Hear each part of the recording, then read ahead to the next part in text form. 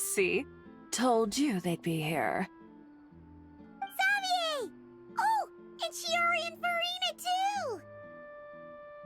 Ah, Hydro Archon above! If it isn't my darling camera operator and clapper loader!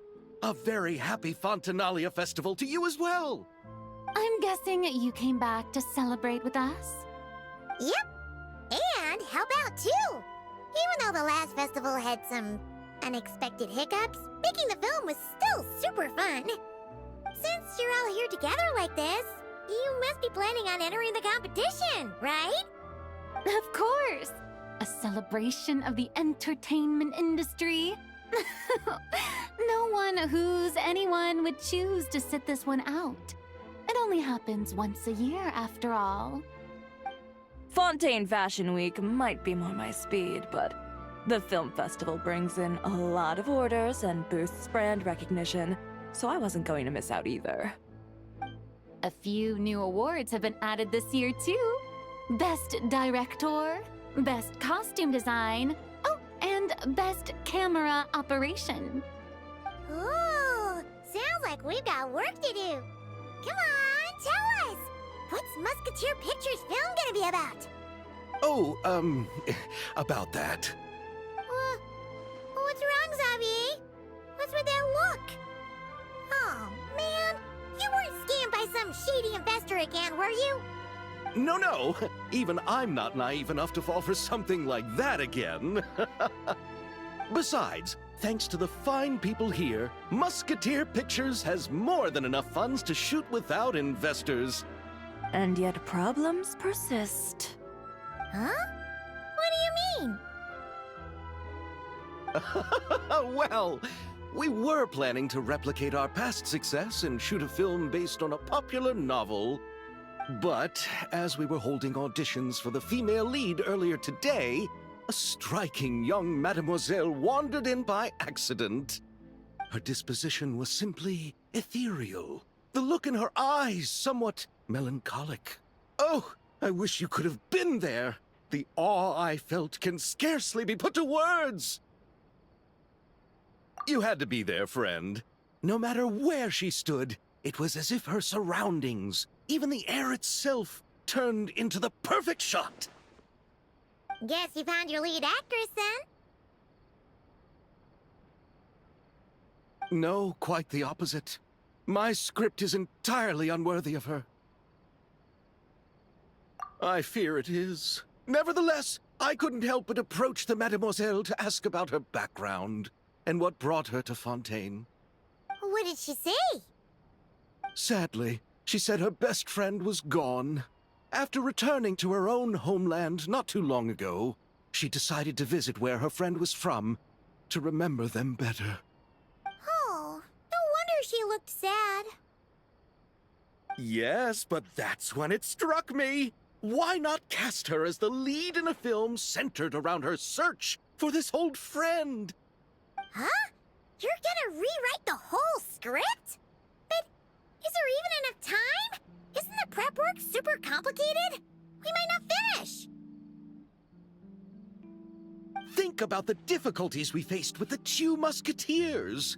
We had to start from scratch back then, too. I'd say we're ahead of the game this time. Guess so, but... Don't worry, Paimon. Shiori and I have evaluated the proposal, and we support Xavier's decision. I won't really need to start on the costumes until the cast is finalized, so it's not too much extra work for me. Oh, fair mademoiselles. How can I ever thank you? Finishing the script would be a start. You know, compared to a commercial popcorn flick, I do prefer the idea of shooting a more artistic film. One that leaves a profound and lingering impact in the hearts of the audience. I agree. True trendsetters are the people who dare to go against the grain. Well, leave it to Director Farina to have a vision. Honestly, though, the artistic passion of everyone at Musketeer Pictures is inspiring. Anyway, now that we've heard so much about this lead actress, Paimon's gotta know who it is!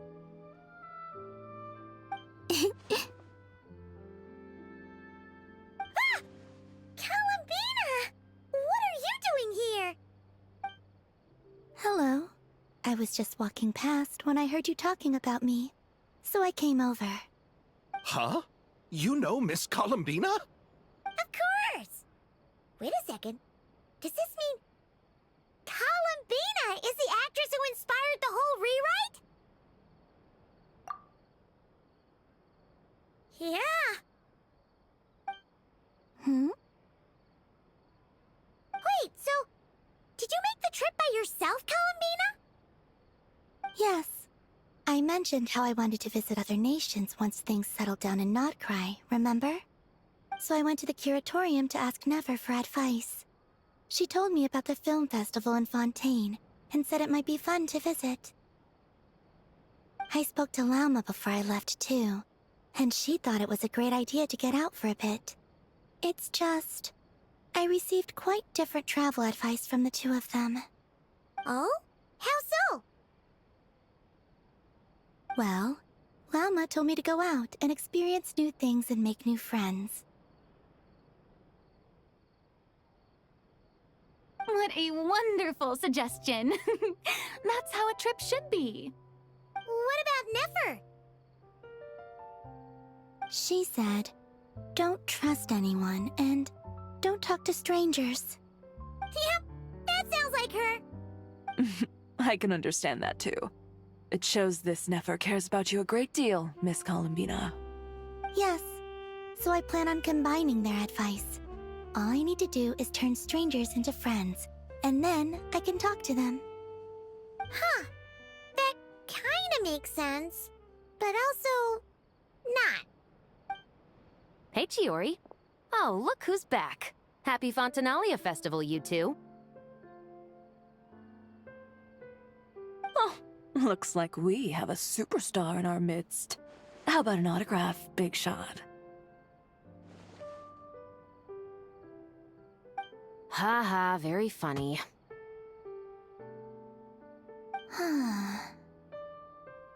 All settled then? Yep, the Duke gave his blessing, and I cleared it with the Udex. During the festival, inmates with good behavior will get a chance to spend some time on the outside. Under the stringent supervision of the Special Patrol, of course. Risley! It's been a while! Happy Fontanalia Festival!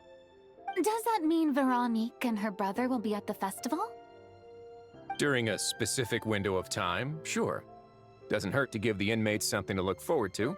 A little sun'll do them some good, I think. This is a friend from your travels, I'm guessing.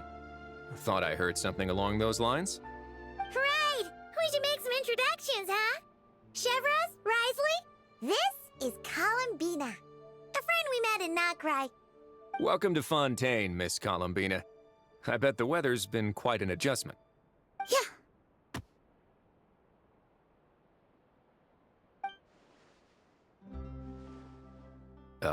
And not the good kind, I take it. No, I quite like it. It's a lot warmer than Notcry.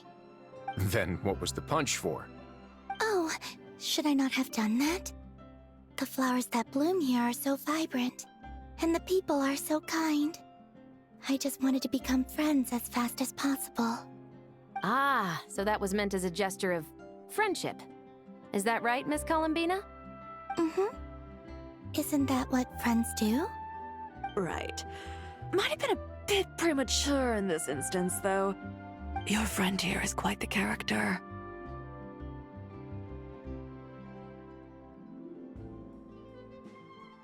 Good thing we said something. You weren't seriously gonna go around punching every single person in Fontaine, were you? No, just the ones I wanted to be friends with. That's not... what Paimon's trying to say is, maybe keep the punches to a minimum until after you're friends with someone. If you say so. You're quite the character, Miss Columbina. So, are we friends? Of course. Any friend of the Traveler is a friend of mine. Yeah. Oof.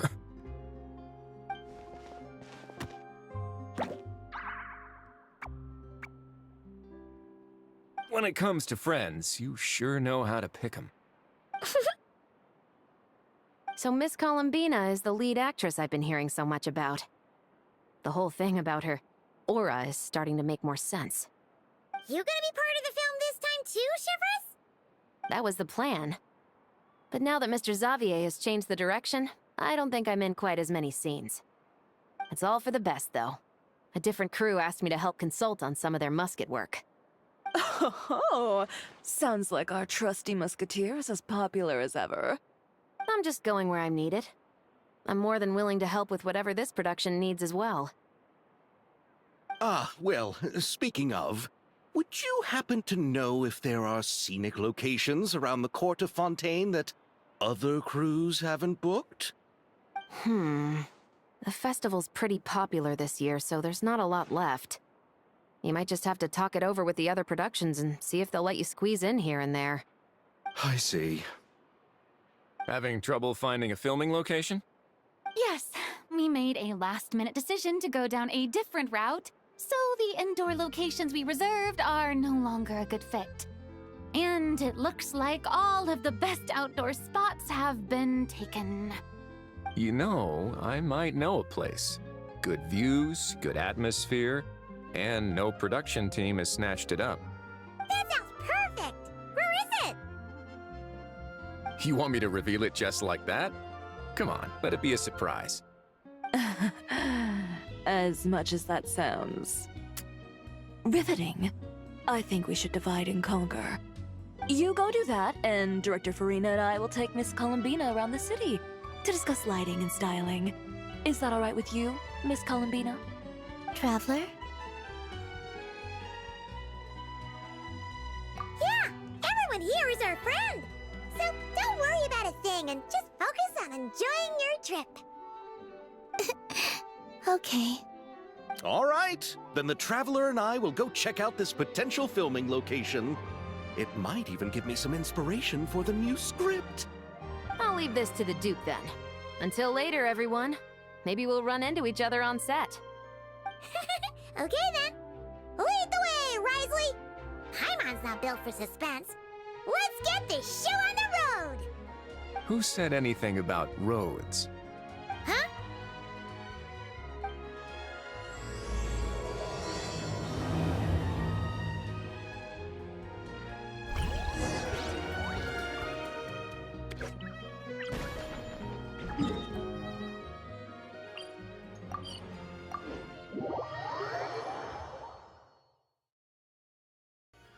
No way! You brought the winglet up to the surface? It'd make quite the grand backdrop for a film, don't you think? Paimon's more focused on the fact that this thing is supposed to be underwater, inside the Fortress of Mirrapede. True. And keeping up with the maintenance on a vessel this big is a lot of work. It takes a crazy amount of manpower just to keep it up and running. Oh, Paimon kind of thought it just sat there until you needed it. I wish it were that simple. The truth is the maintenance costs on this thing are substantial. So we decided to rent it out during the festival to earn some extra mora. Besides, the inmates are the ones who keep it in good shape. Seeing the fruits of their labor put to use is a good form of social rehabilitation for them. Huh, you've really thought this through. What you think, Xavier? Is this a good place to shoot? Ah, I've got it! Good messieurs and mademoiselles, I've got it! Gonna take that as a yes. The beginning is the hardest part, and the opening of this film has been eluding me, but now I know just how it should start. Glad to hear it. Thanks for bringing us here, Risley. Don't thank me just yet. This isn't quite a done deal. Huh? Not a done deal as in someone already rented it out? You said no other production teams had snatched it up. This person isn't affiliated with a production team. The rental fee was high enough to scare off plenty of other film crews, but she didn't blink. Made quite the generous offer, and didn't even attempt to haggle. Do you know what she plans to use it for? I'd like to at least have a rough idea before going in to negotiate. I didn't ask for the details. but I did see what looked like a fishing permit and a business license on her desk. My guess is she's planning on using it for some kind of restaurant or aquarium. A floating restaurant is sure to attract people, but an aquarium sounds cool too. The views from the ship make it a great spot for a date. The winglet might not be under my command right now, but it's always nice to see her admired. A film is sure to drum up some good publicity as well. I do hope we can work something out with the current captain. Well, guess we should head over and talk things out then. Best of luck.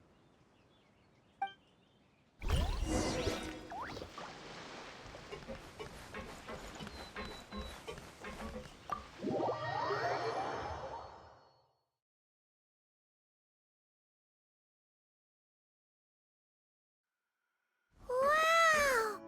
The winglet seems even bigger up close. The rooms are so spacious. Wonder who rented it out. Hello? Anyone there? Perhaps the captain had business to attend to elsewhere. But why rent such a massive boat just to have it sit here without even leaving so much as a note? Let's try again. Anyone there? Hello? Seriously? Right now? What is it gonna take to get some decent Sleep around here. Is a nap too much to ask for? Ugh. Sorry, the aquarium's closed for the... Huh?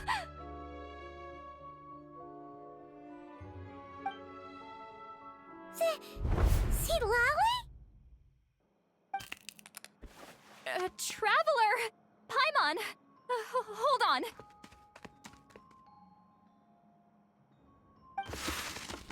Oh, this is just great! How am I gonna go out dressed like this? What happened to my regular clothes?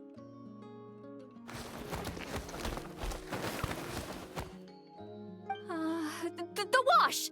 I put them in the wash after I drank too much and fell into the fountain. Oh, this can't be happening! Am I seriously gonna go out like this? Think we might have caught her at a bad time.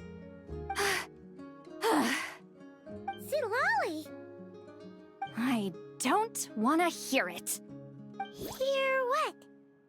A single word about what I'm wearing. No comments, none.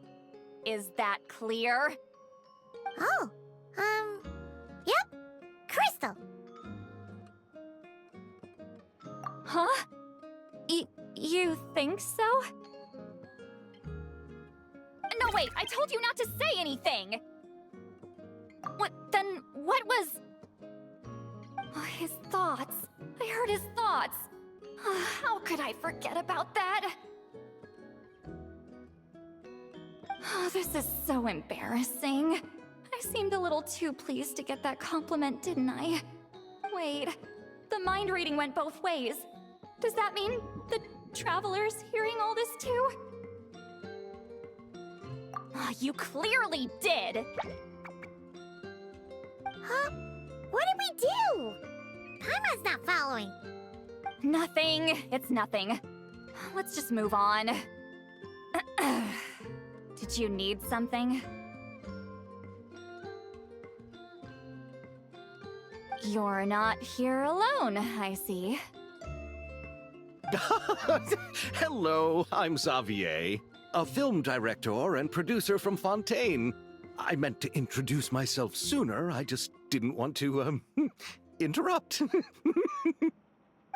No wonder we ran into each other in Fontaine of all places. You must also be in town for the festival, then. That's right. We're helping Xavier with his film. In fact, we were hoping to shoot some scenes on this boat. You're the one who rented it out, right, Seed Lolly? Me? Rent a boat? I wish I had that kind of spare cash floating around. Not to mention the spare time. Don't get the wrong idea, though. I'm not here to sail off into the sunset and live out some cushy retirement life, okay? I'm not that old. Then why you dress like... how did you end up staying aboard the Winglet? Well, I heard one of my favorite light novels was getting turned into a film, so I came to Fontaine to catch the premiere. Originally, I booked a room near the Opera Epiclese, but I'm quite particular about where I sleep these days. I think it's an age thing. And that bed? Oh, I just couldn't sleep in it. I tried to find a different hotel, but with the festival, everything was completely booked. Just as I was worried I'd have to sleep under a bridge or something, I happened to spot a Help Wanted sign on the side of the road. Oh, so you're here to take care of the boat? No, I was hired to man the front desk. The pay is a bit low, but food and drinks are covered. And it includes room and board during the festival. Plus, the job is simple. So I thought I'd give it a shot. Wow, they actually thought you'd be a good fit, huh? What? You don't think I'm cut out for it? All I have to do is tell people the aquarium isn't open yet. Other than that, I'm free to do whatever I want. It's a pretty sweet gig. That's all? Yeah, I was also kinda shocked. But it's not a lie. Head downstairs and see for yourselves. There's nothing but empty tanks. Not a marine animal in sight. Did your boss mention anything about being open to film crews using this space? Our production was hoping to film on the deck for a few scenes. No. That never came up. You could just ask her. Oh, she's around? What kind of person is she? We should know what we're heading into. She's nice enough, I suppose. Pretty reasonable, too. Even offered for me to move to a bigger cabin if I was too cramped. Back at the Masters of the Nightwind, I'm used to being the one giving orders. But working under her doesn't feel like being bossed around. She seems to respect what I think. Wow, she sounds like a great boss. She did tell me she'd rather not be disturbed, though. She's been working on an important project, so I'd keep it brief. Got it. Thanks for the heads up. All right, the captain's quarters are this way. I can take... Wait. But I'm wearing... whatever. I doubt she'll care. Just follow me.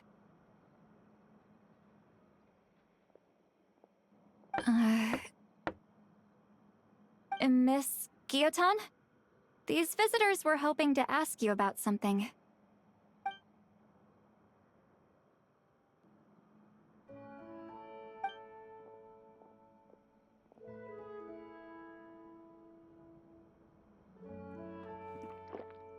I thought I said to limit the interruptions.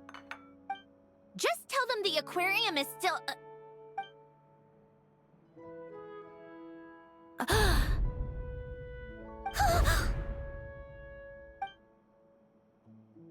Sandrone? You're here! Huh? You know each other? Are you okay, Sandrone? Do you still remember us? Everyone was so upset after what happened. We all missed you so much.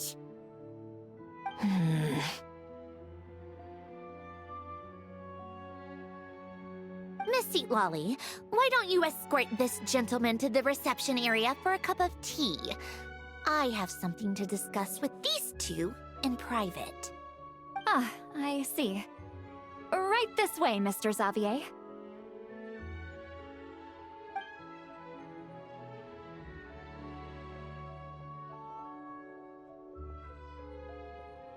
Sandrone? I really can't go anywhere without running into you two, can I? Are you okay? During the battle, your core... It was... Destroyed by that bastard Dottore. That's right. But as you can see, I'm fine now. No major issues. Or at least, there shouldn't be. Oh, what a relief! Oh, why didn't you tell us sooner? Or come back to see your friends? Now that I have the chance, I just want to say thank you for saving me. Huh? Ugh, don't get the wrong idea. I only saved you so we could complete that formula and defeat Dottore once and for all. Even if he did crawl back from the grave to make us all miserable again. That doesn't matter. You're still a hero. All right. But it wasn't just me. All I did was lend my brilliant mind to the cause and take care of one part of the plan. Although, I'm not denying it would have fallen apart without me. You got that right. You're amazing. But how did you go from a, From a lifeless pile of scrap to looking like this?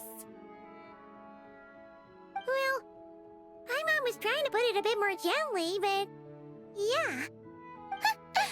Where do I even start?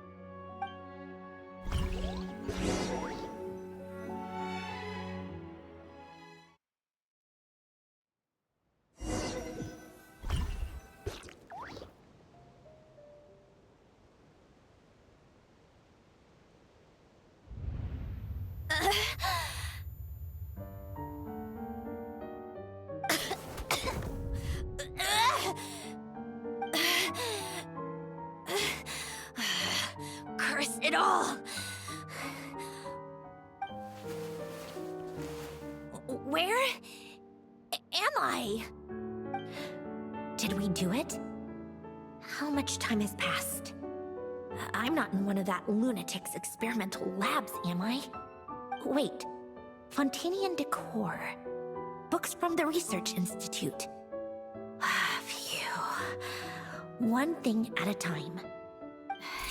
Initiate self-diagnostics. Assess the extent of the damage. Cut power to compromised, non-essential components. Then reconstruct available action modules. Severe damage to the core. Dottore, you bastard. Polonia?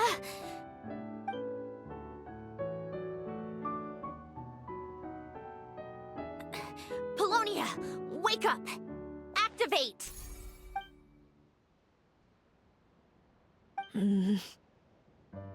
You're in even worse shape than me. Internal gears and energy circuits are barely intact. Extreme damage to the core, just like me. Rebooting is off the table. Even if I could repair the damage, I don't know if... You used up all your critical energy in those final moments, didn't you? To protect the core of that guy in the hat, and the numerological array. Wait, the array. Yes! The prototype is still here. But can I even run it in this state? Whatever. I have to try. I just need to confirm one thing. Activate the numerological array. Connect the computing core to my body. Just like I thought. It needs too much computing power.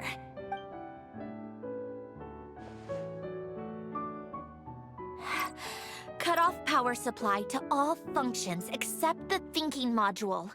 Please. I just need to ask one question. Initiate query regarding the 3 Moon Sisters. How many living moon goddesses are there in possession of the Trilunar Authority? 1. It worked. You did it, Columbina. You made it back. But how did I survive? The self-diagnostics showed damage severe enough to shut me down for good. What triggered the reboot? A built-in message? only visible after a core reboot. The final gift. Alen! Were you the one who gave me the second chance? But why now? What activated it? What is that? A vision? Wait, no. It's a stellar linchpin?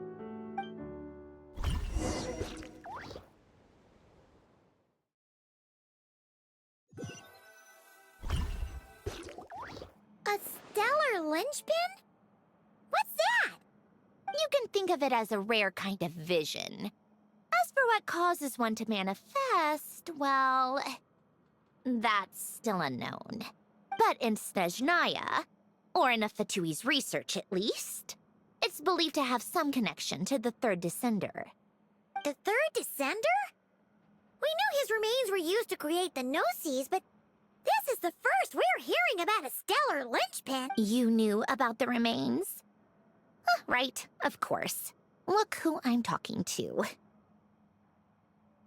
Yes, the heavenly principles used the remains of the third descender to create the 7 Gnosis as a means to consolidate the Archon system. Visions result from that same system, so extrapolating from there, it's clear that the manifestation of a vision is also, to some extent, related to the third descender. Still following? For those that wield them, visions serve as a means to channel elemental power. The same is true of stellar The difference is that, when wielding elemental energy, stellar linchpin users often exhibit a unique kind of power that seems to come from beyond to that. It's believed that, when a stellar linchpin manifests, impurities from the remains of the third descender get fixed in place. Hence, the name. That's also believed to be the source of the strange power I just mentioned. We've heard that visions can appear when someone has a really strong wish or desire.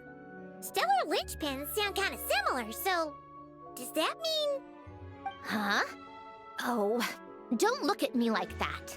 I've never had any grand wishes or aspirations.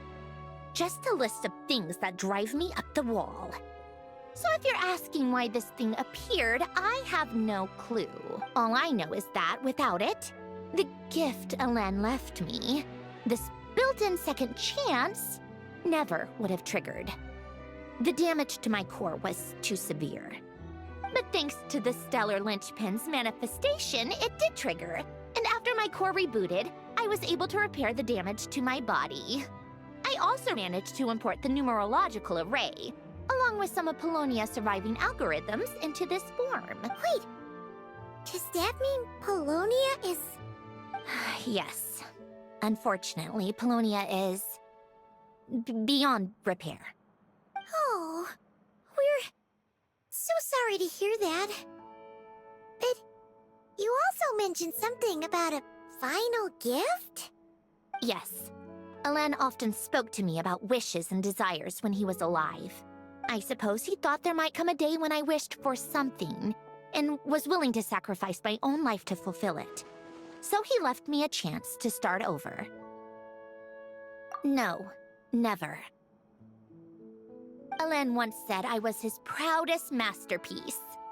That might sound boastful coming from me, but it's also an undeniable fact. After Alen died, I started studying how Polonia and I worked. Polonia is essentially a computational machine, so it wasn't difficult to figure out the mechanical principles there. But when it came to my own structure, that's when Alen, the Lord Artificer's true greatness, struck me once again. I attempted to imitate it when I created Catherine, but in the end, she turned out to be nothing more than a superficial replica. What? But his creation skill, Catherine, is super impressive. We were shocked when we first found out she was a puppet. No, she's nothing compared to what Alen was able to create. Some of the mechanical principles of my own core are still a complete mystery to me. Keeping that gift hidden wasn't even a challenge for him. Just a shame I had to waste it on fighting Dottore. I just couldn't stand the thought of him coming out on top. Huh, if you put it that way, the world owes me a whole lot then, doesn't it? Wait, but all this still doesn't explain what you're doing here. Risley said you rented the ship and even had some kind of fishing permit? That's because I'm trying to go back to the place Alen and I lived when he was alive. My former home, I suppose you could say. The second chance wasn't the only part of the gift. According to the message, Alen left me a few other things that are stored in the house we shared together. I'm hoping that whatever he left me can help fix certain anomalies in my rebooted core. And help me understand why I received a stellar linchpin in the first place. Okay, so go back then. What does that have to do with fishing? And to think I'm talking to the saviors of Fontaine. Did you forget that the water levels have been rising for centuries? I can't just go back to the place I used to live because now it's underwater. Oh, right. With the rising water levels and changes in terrain, it's not just a matter of finding where it is, but also clearing away any sediment or debris. But Fontaine law prohibits unauthorized individuals and organizations from excavating underwater ruins. Amelazine caught me the minute I even made an attempt. Why not apply for authorization then? And face the endless slog of Fontainian bureaucracy. No thanks. Besides, I'm a Fatui harbinger. The diplomatic implications alone would be enough to give the gestionnaires at the Palais Mermonia a headache. A fishing permit, on the other hand, isn't difficult to obtain at all. Minimal paperwork required, and under the name Guillotin, the application was a cinch. So you're exploiting a legal loophole? Am I? That underwater home belongs to me.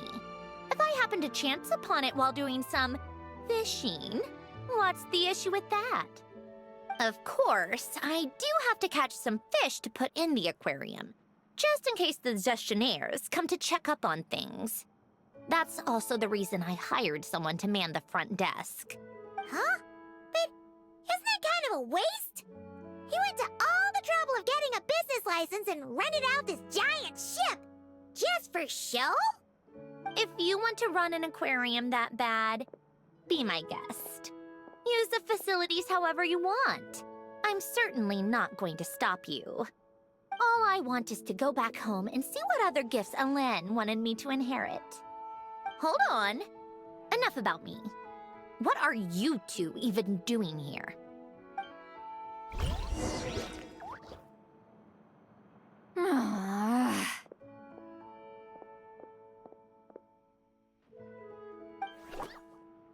Seriously?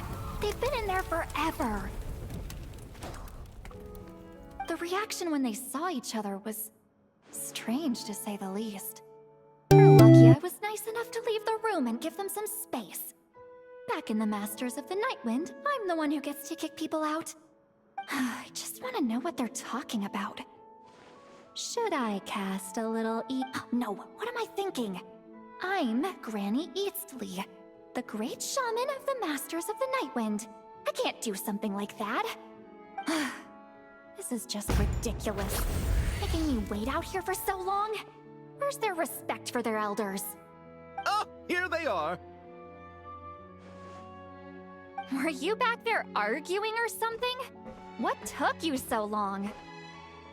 The two of you are already acquainted with Miss Guillotin, then? Oh, yep. But don't worry, we got everything sorted. Sanjurne agreed to let us shoot on the ship, but it has to be when she's not here. When she's not here? That's right. You'll excuse me if I didn't exactly ask for this little reunion. I wasn't planning on seeing anyone. Like I said, my core is severely damaged. Even with the gift, there are anomalies that are making things unstable. I don't even know if I can continue to function without issues. So the priority is to fix these anomalies and get answers to my own questions. Then, I can see the people that need seeing.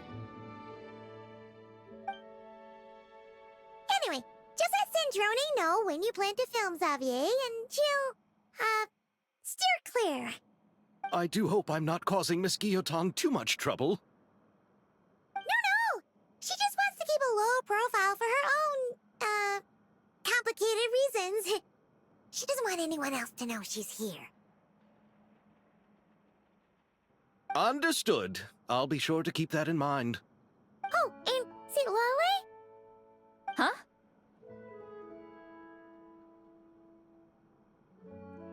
You mean Miss Guillotin?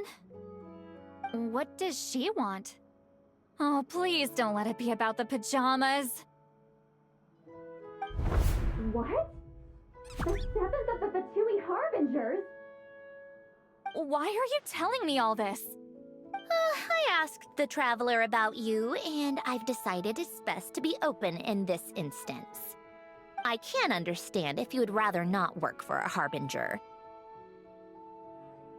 Regardless, the room on the ship is yours to keep. You're an acquaintance of the Traveler, and I plan to honor that. Wait, she's actually nice? It's not a problem.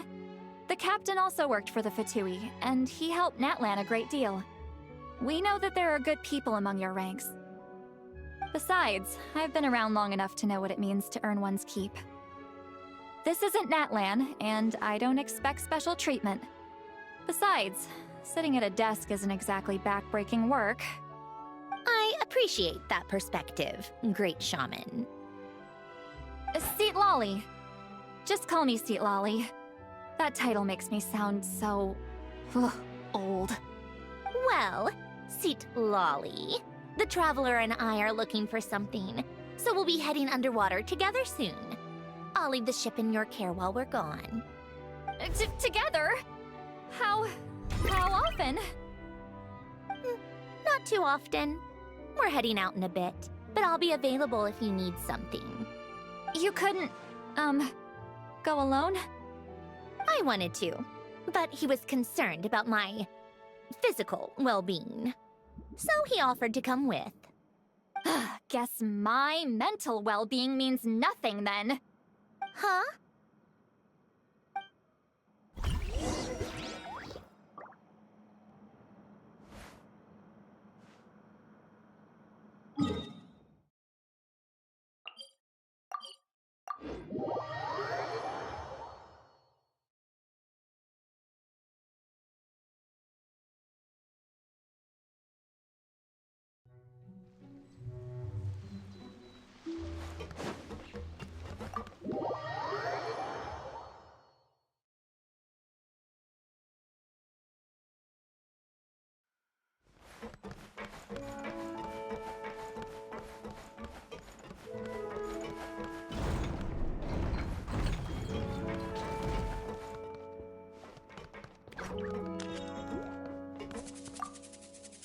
All right.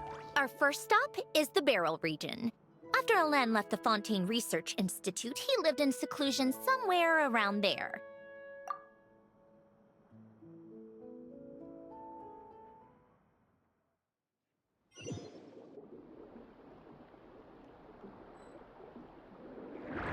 Huh. This place has changed a lot. Guess I really have been gone for a long time. Let's look around and see what we can learn. Oh, and don't forget to catch a few to take back. We need to keep up appearances, remember?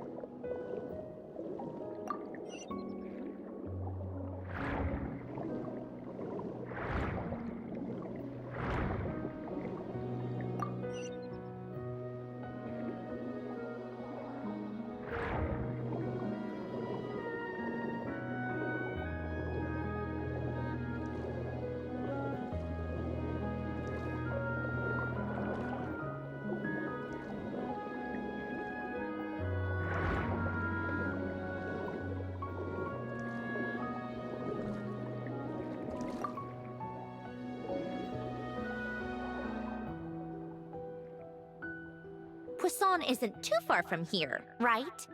It's all a bit nostalgic, I guess. Back when I lived here, all this was still above water. All right, I have a general understanding of the terrain changes and sediment accumulation. We can stop here for now.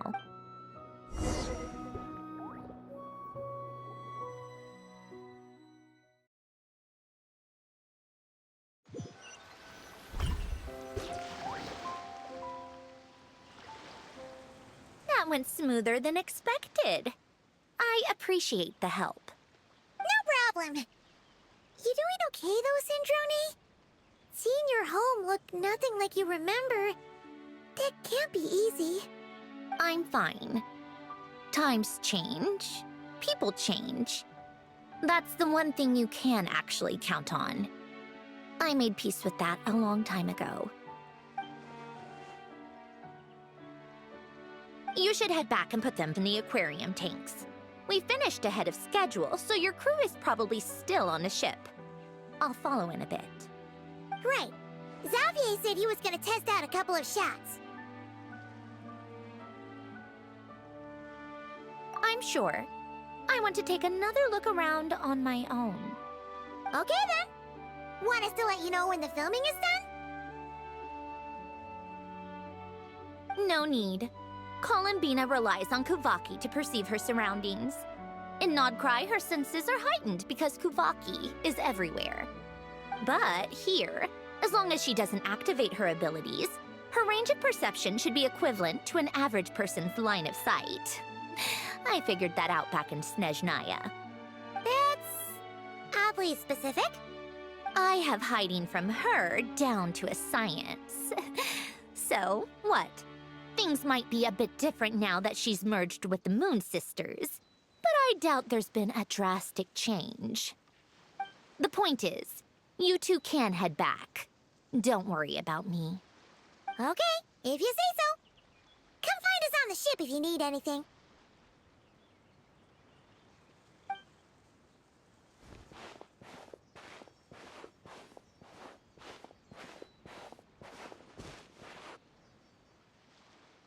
What did you leave for me, Alen?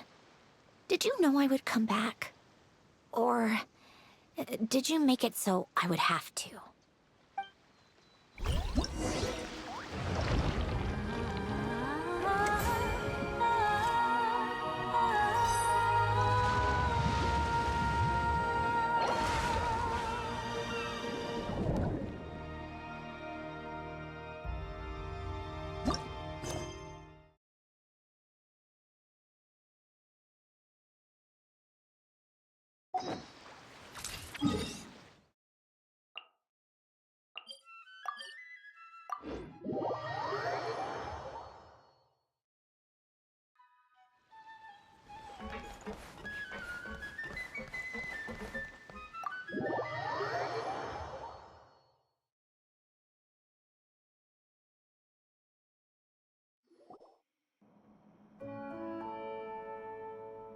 Xavier, we're back!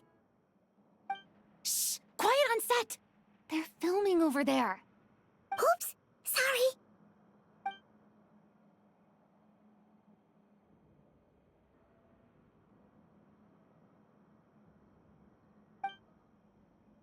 What's your take, Detective? Bullet wound to the chest. Gunpowder residue on the clothes.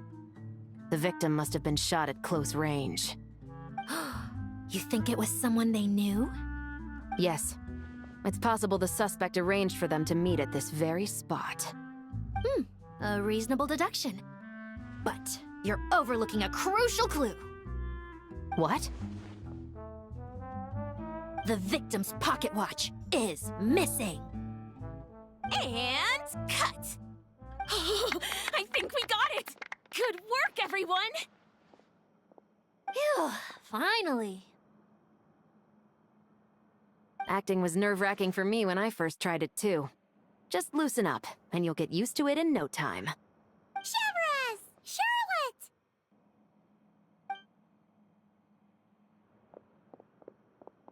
Oh, hello there, you two!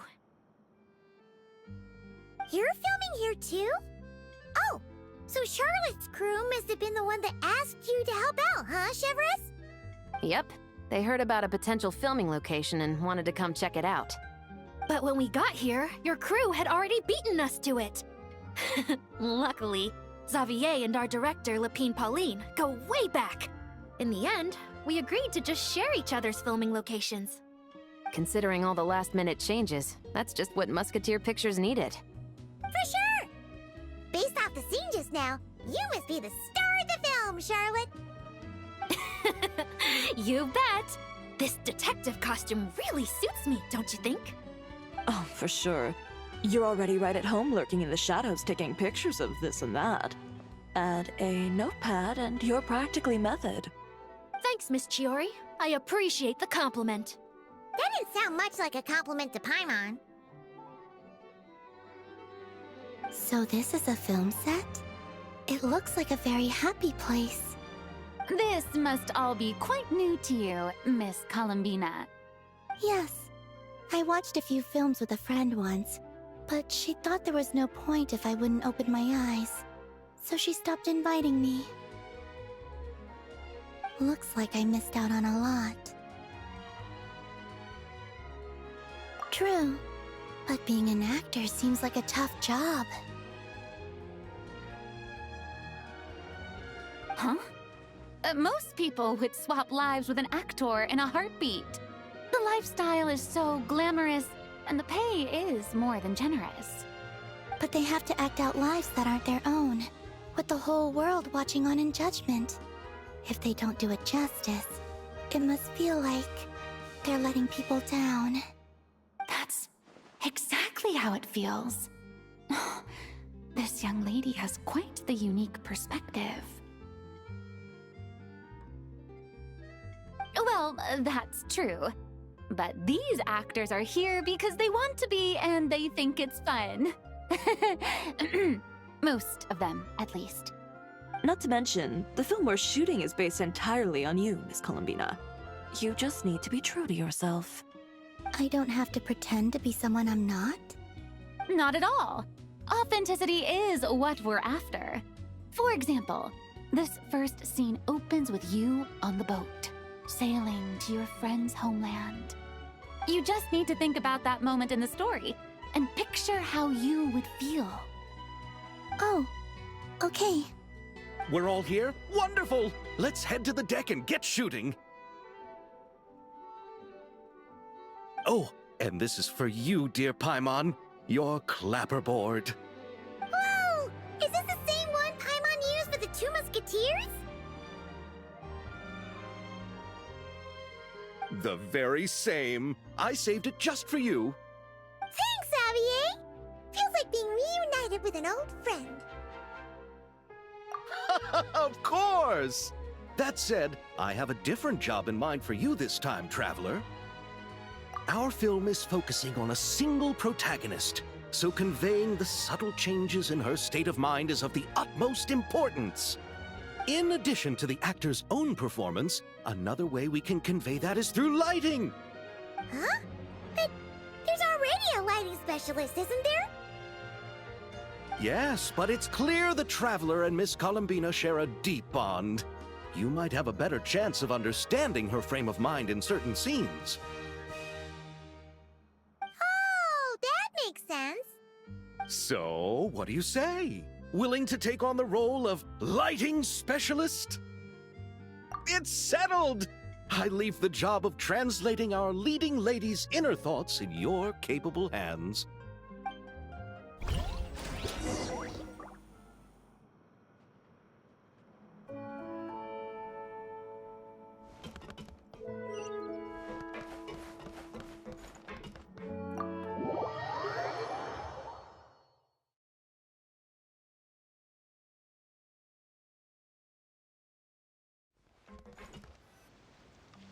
All right, without any further ado, it's time for production on our film, A Homecoming, to officially begin! Turning it over to you once again, Director Farina. All right. Positions, everyone! Camera operator, clapper loader, get set up. Let me know when lighting is good to go.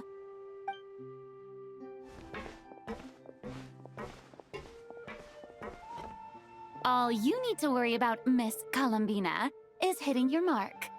Other than that, just focus on immersing yourself in the emotions of the moment. Okay. Good. Lighting, are we ready?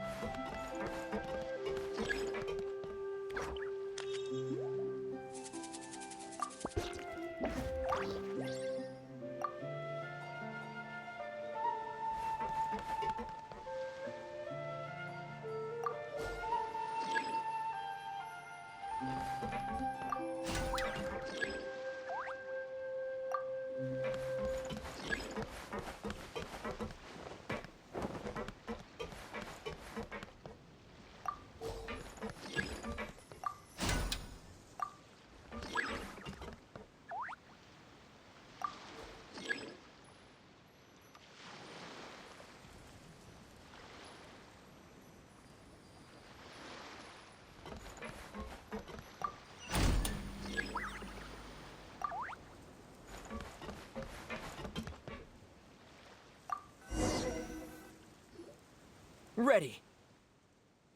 All right, quiet on set. 3, 2, 1, action!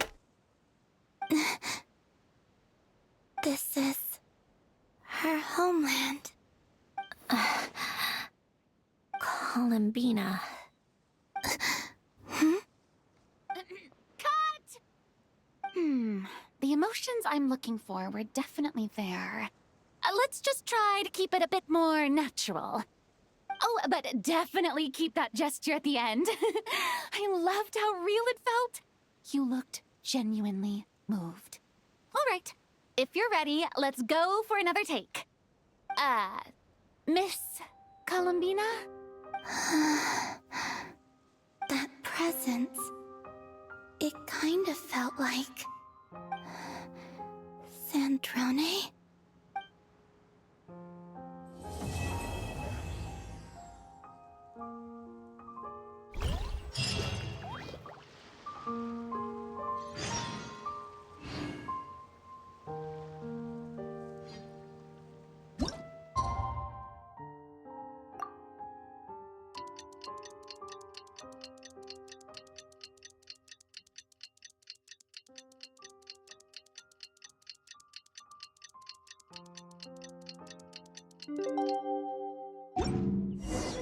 Sandrone said that if everything goes smoothly, we should be able to pinpoint the exact location of her home today. Let's head to the Wing of Light and meet up with her.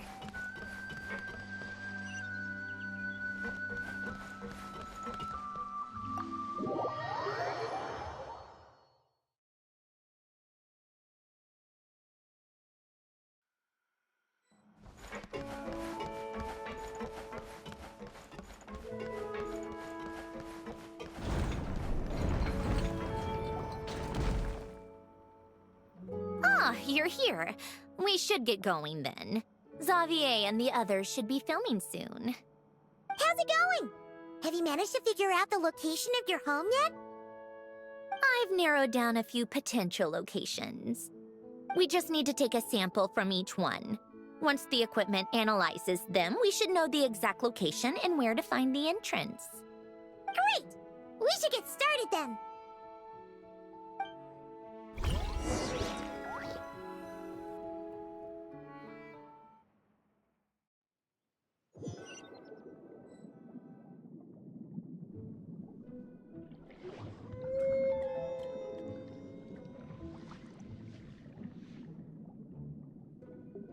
All right, let's get a move on. That should do it. Let's head back. The filming should be just about done. We made good time. We might even know the location by the end of the day. You sound pretty happy about that. Do I? I suppose I've just had enough of these anomalies I've been dealing with. The sooner I can fix them, the better. Anyway, enough chit-chat. We have work to do. Oh, but let's head in through the side door. I don't want to run into the crew on the deck.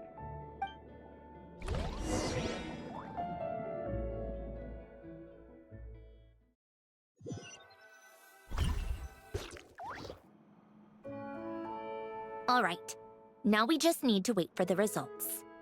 Since we have some time to kill, I suppose I might as well see how this aquarium of yours is coming along. You seemed quite enthusiastic about it, after all. It's really coming together!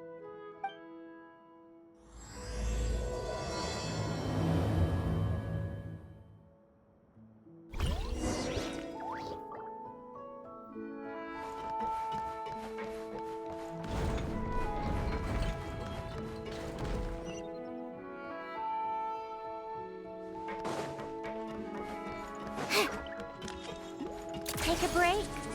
Pick up the pace.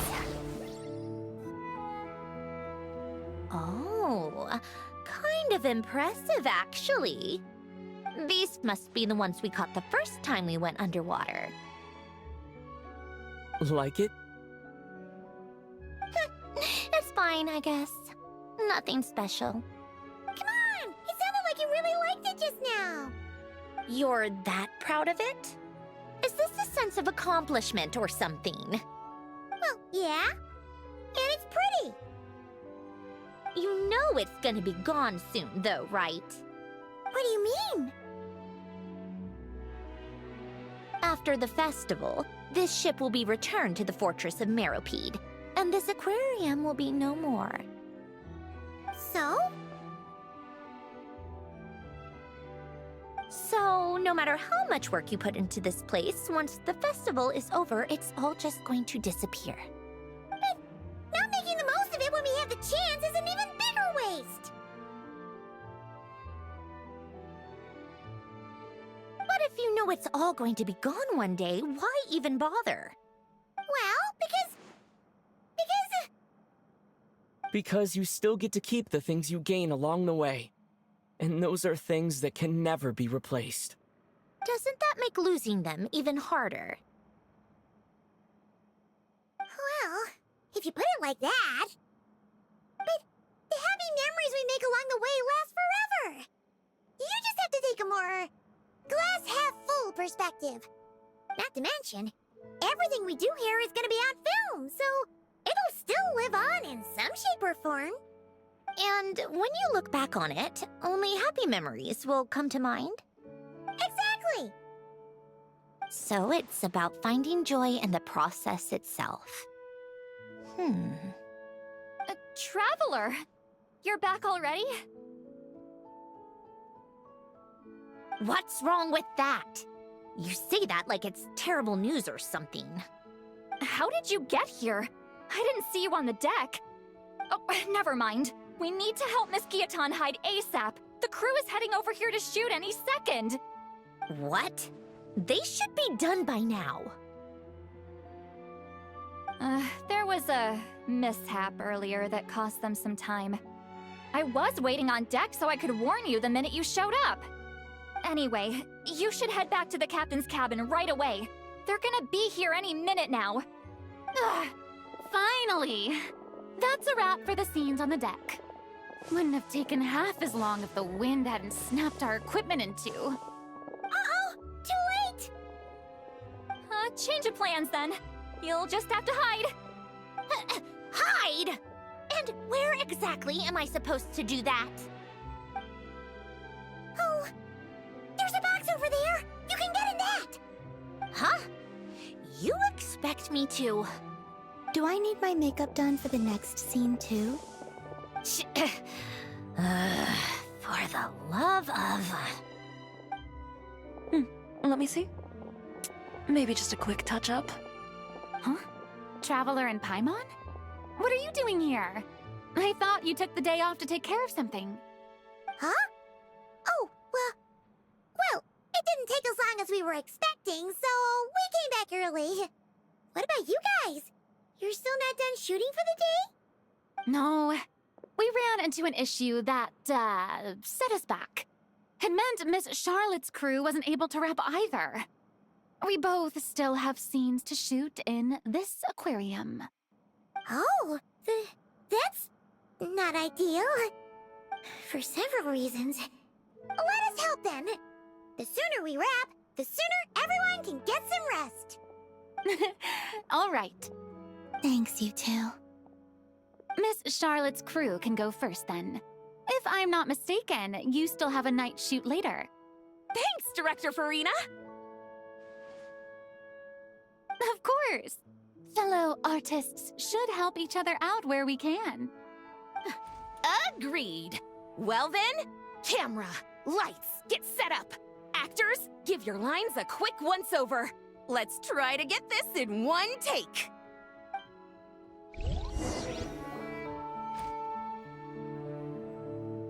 All right, places, everyone! And 3, 2, 1, action! So, the story ends like this.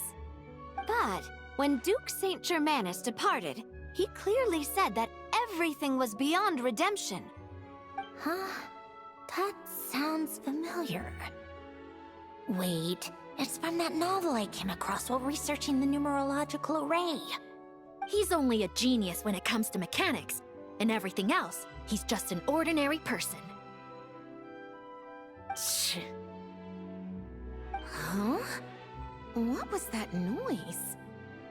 Whatever, I'll just fix it in post. Miss Jacoba, please don't speak as if I were the accomplice.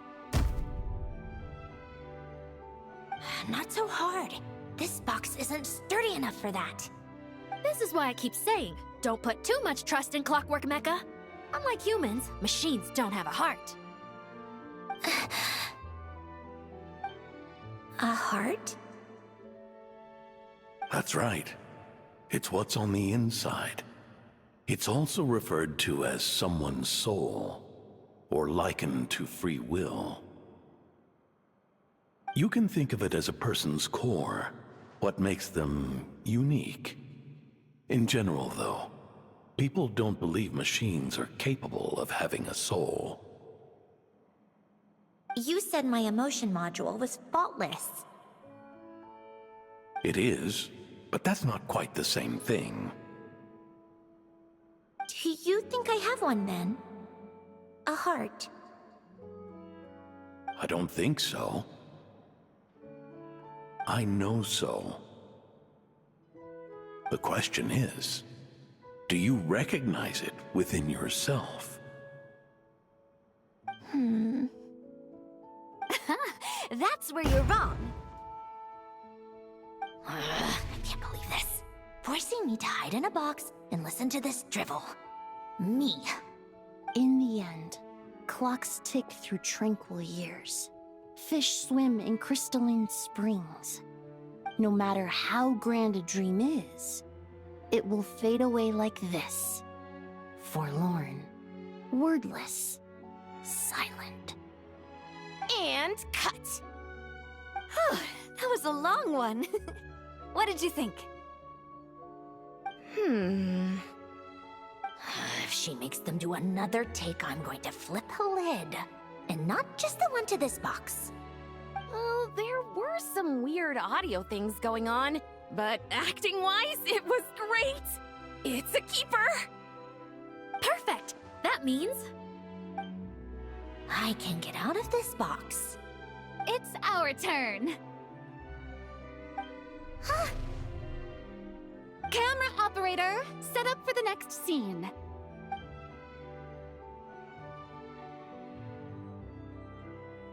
In this one, our protagonist peruses an aquarium in a foreign land and gets swept up in memories of her friend. So, in terms of lighting, that's the vibe we're going for. Got that? Shoot. Paimon thought there'd be a break and Centroni could slip away. What are we gonna do now?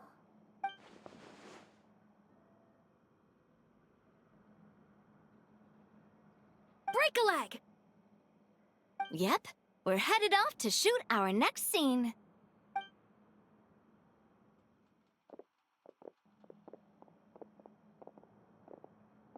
All right, quiet on set. We're about to start rolling. Ready, Miss Columbina?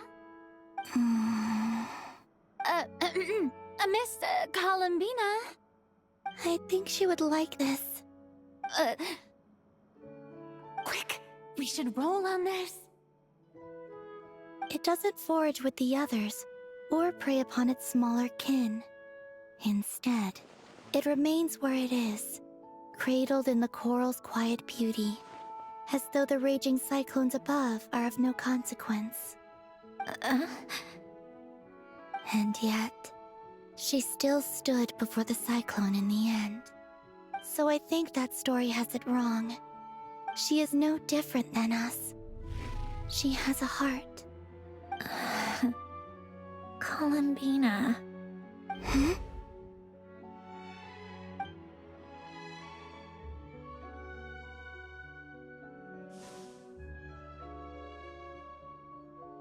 Uh-oh, is she onto us?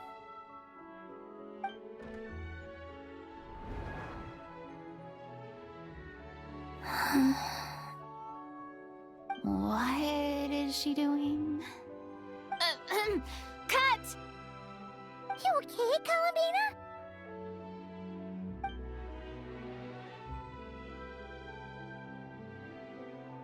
Hmm?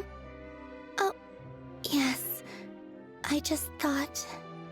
Why don't we take a short break? It's been a long day of shooting so far. That last take was beautifully organic, though. We can use it as is. No need to go again. Thanks, Director Farina. But I'm fine to continue. You're sure? In that case, let's shoot some quick B-roll. Then we can move to our next outdoor scene.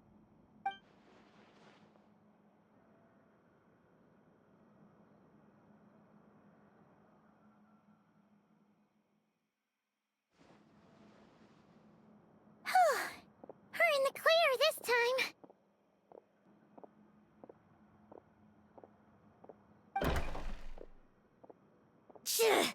Ugh! Absolutely suffocating. You okay, Sandrone? Right as rain. Come on, let's go check the test results. It's time for me to go home.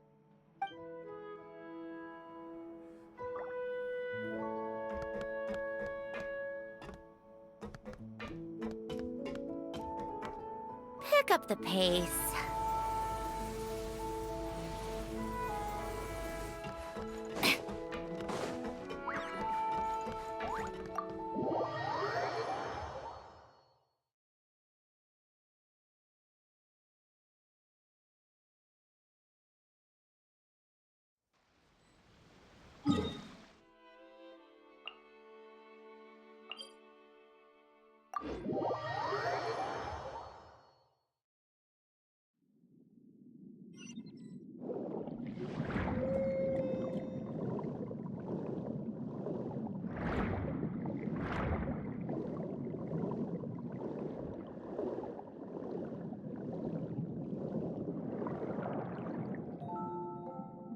All right, it should be around here. Give me some space. I'll activate the water insulating mechanism.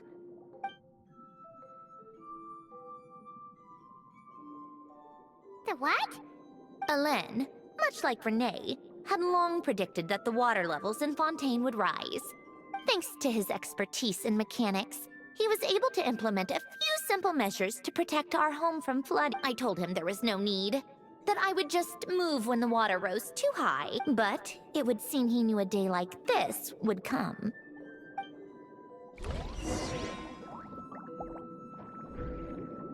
All right, the silt has been cleared away. Go activate the mechanism for the first sluice gate. That will fill the empty middle chamber with water.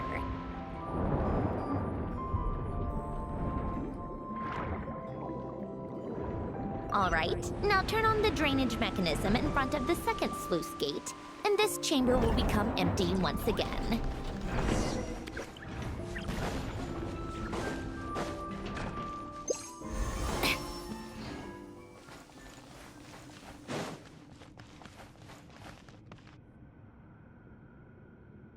So, this is where you used to live? It's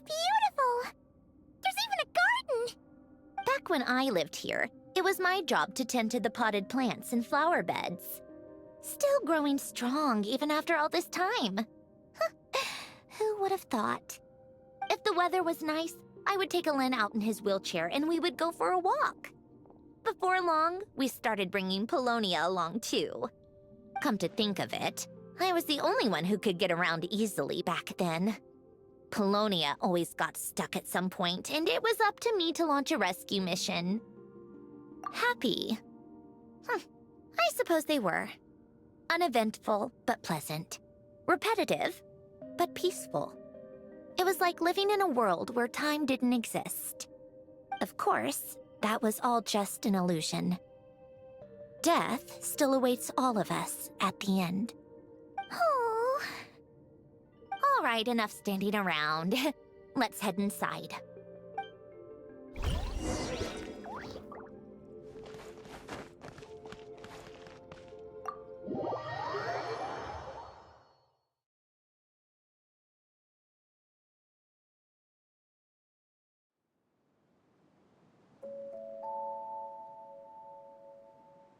Yep, this place is exactly how I left it. Nothing has changed. What is it? Huh? How did you get... Oh, Arlecchino gave it to you, didn't she? And you... read the whole thing. Just so you know, a lot of that was written a long time ago. At that very desk, to be exact. Anyway, since you've already read it, you should just hold on to it.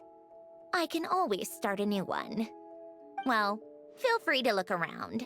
I'm going to start looking for the gift Alen mentioned. Oh, but be careful with the stuff around here. I'm not saying you can't touch anything. Just try not to choke on the dust. Old notes.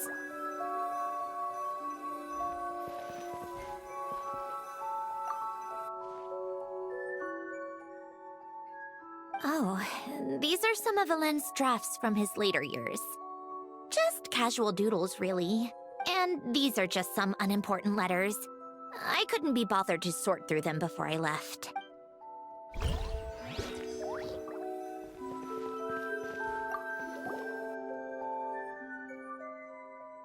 Wait, the people in this picture look kind of familiar. Oh, this was taken when Alen and Renee were both still at the Fontaine Research Institute. Before their falling out. In his later years, Alen would often sit by the fireplace and stare at this picture, wearing an expression somewhere between guilt and longing. He said he sometimes regretted not helping his friend when he needed it most, even if just to stop him.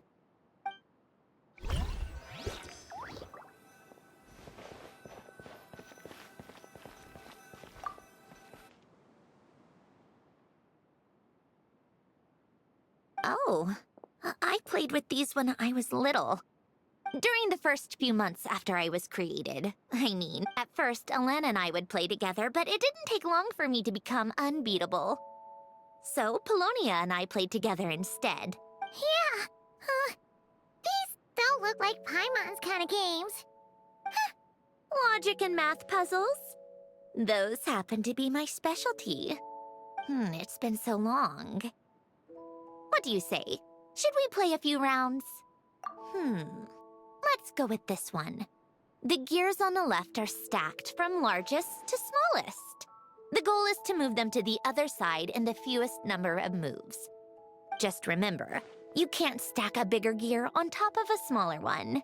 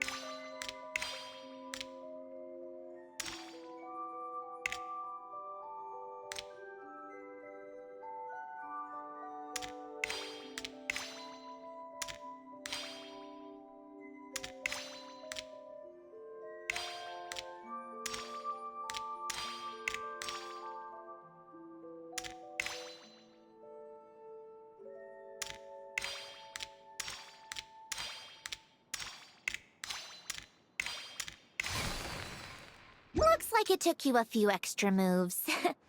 My first attempt was the same. You'll get better with practice. Well, what did you think of the game? You showed quite a bit of promise, too. We should do this again sometime. There are other puzzles we could try.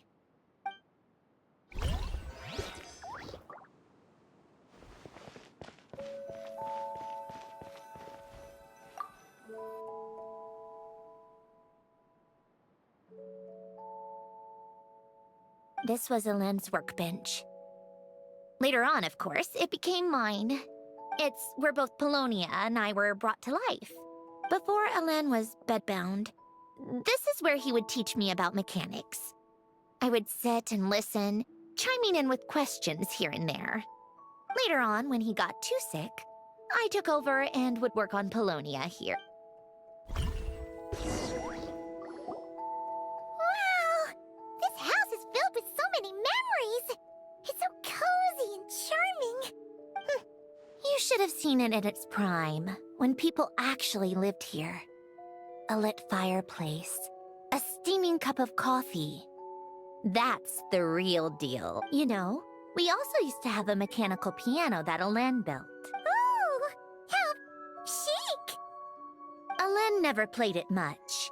He probably wasn't able to at that point. But I managed to teach myself. Music theory is essentially math after all. Once you learn the patterns, it's not really that difficult.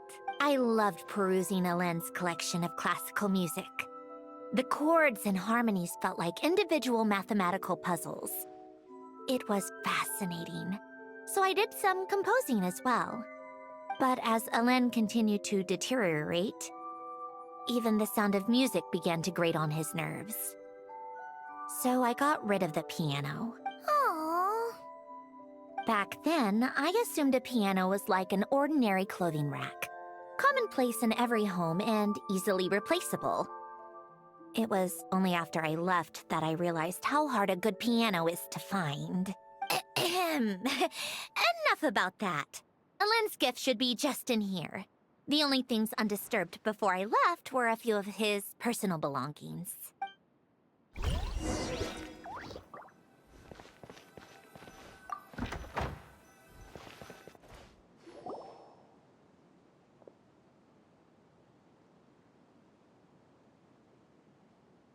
Wait, there's a hidden compartment at the back of this box. Looks like it's locked with some kind of gear mechanism. Knowing you, Elaine, I'm guessing it goes like this, then like this? Got it. Am I a genius or what? Let's see here. A box? Well, you gonna open it?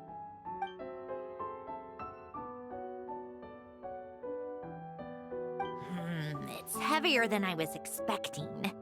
Just how much stuff is in here?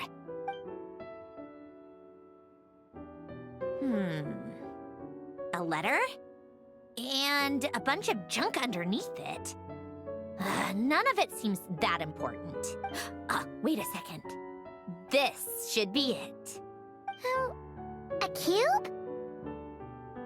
It's a multidimensional algorithmic core. Elaine would use it to store information. Only Polonia and I have access. All right, I'll start looking into the core and the letter. Feel free to go through the rest of the stuff and see if there's anything useful.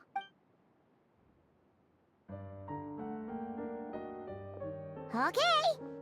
Hold on. There's another picture in here. This one has writing on the back. A snapshot of you playing among the plants shortly after you were born. You seem to like these flowers a lot. May you grow and flourish just as they do. Huh?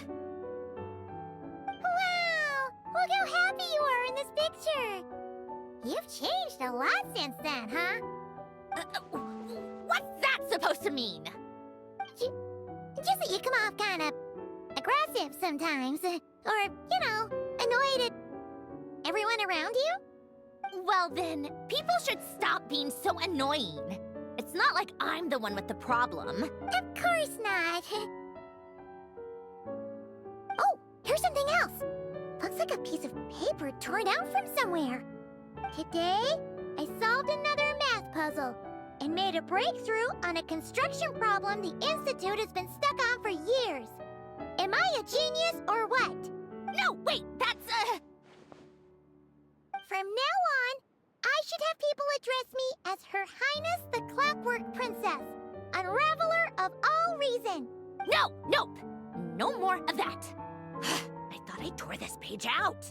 You wrote this? Then, how did it get... Wait, there's more writing at the bottom! You seem to have developed a distaste for this particular entry, considering I found it in the trash. I'm sorry, but I could not help but hold on to it. Forgive me. Helen! Don't be embarrassed. Everyone goes through a phase like that. Nonsense. I wasn't even the one who wrote that. It must have been Polonia. That's enough. I told you it was Polonia. You know what? We're done with this. No more rifling around in the box. Just put it down and let me read the letter. To my little clockwork princess.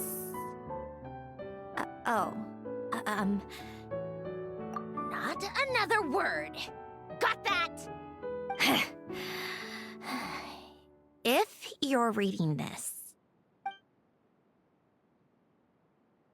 You've most likely received the gift I left for you. I just hope you didn't stumble across all this while cleaning out my effects or something trivial like that. I once asked if there was something you wished for. Do you remember that? I wonder if time has changed your answer. Regardless, I have another gift. A formula that will allow you to come face to face with the anomaly inside of you. If you even still call her that. Why this gift? To understand that, allow me to wax poetic on the soul once again. I would ask you to stick with me until the end, but I know you will. You always have. I believe a person should be born twice over in their lifetime. First, there's the birth that grants us life. Then, the birth of the soul. It's a matter of transforming the life bestowed upon us into the life we choose for ourselves. And to do that, we must look inward. We must make a conscious choice to define the meaning of our life, instead of allowing the happenstance of our existence to pass us by. This is the process of recognizing the soul that lives within us. You are my proudest masterpiece. I told you that long ago. But to me, you have never been a creation or a machine. To me, you're just like the rest of us. You have a heart. In fact, some theories think of the human brain as nothing more than a machine, and thought the product of its computations. So you see, perhaps we're not so different after all. Your inner machinery is just far more advanced than most, no matter how one looks at it. The heart is a complex thing, a place where logic and reason collide with our emotions. Your computational capacity allowed you to become sentient and develop logical reasoning. But it also granted you something that, on the surface, might seem contradictory. Emotion. Emotions and logic often clash with each other, and those instances of discord can accumulate over time. That is the source of what you refer to as the anomalies within you. As you told me once, you've always known what you don't want. Yet you've never wished for anything in particular. Similar to how a blind person can feel when a part of their body is in pain without being able to fully visualize its form. Such is your relationship with your soul. So, what I leave you now is this. A formula that will allow you to see the shape of your soul. For if you want to protect your heart, you must first be able to recognize it within yourself. Of course. Whether you use it is entirely up to you. You are, and always have been, free to do as you wish. Regardless, whether by my formula or some other means, I trust you will know your heart one day. You always were a fast learner. And the smartest person I've ever known. Ellen. Oh. I'm fine. I've already figured out how this formula works. Let's get out of here and then we can use it. You made up your mind already? You're gonna do it? Why wouldn't I? Resolving the anomalies within my core is the reason I came here in the first place. No, I can do this on my own. But, do you want to watch? What do you mean? I already know what anomaly I need to resolve. Like Ellen said, she's an amalgamation of all the times my logic algorithms have clashed with my emotions. And by resolve, you mean that literally, or...? Yes. But if you, let us in like that, wouldn't that mean letting us see a bunch of your, you know, inner thoughts and secrets? If what Ellen said is true, then I'm about to be... born anew. Or whatever. This is your chance to be lucky enough to witness it. Besides, you already read my whole diary. When it comes to keeping my innermost thoughts to myself... well, I think that ship has sailed. You're really sure about this? How many times do I have to say it? I finally let you in as... friends, and you want to question it. I'm not gonna offer a second time. Enough with the mushy stuff. Just follow me.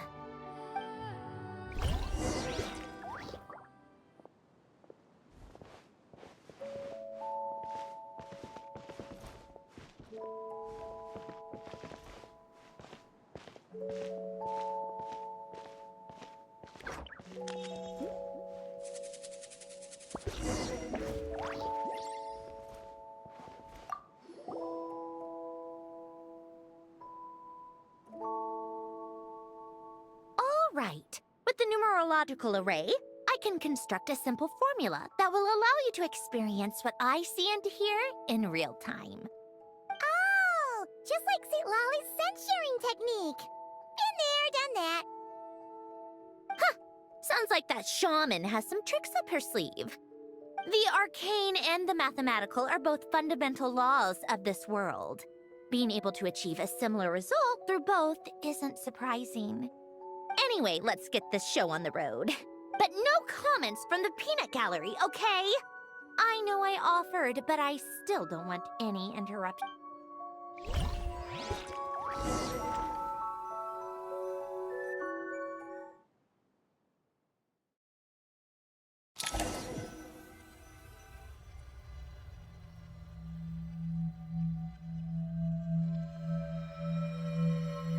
Is this... my heart? No, it's probably just the result of Ellen's formula.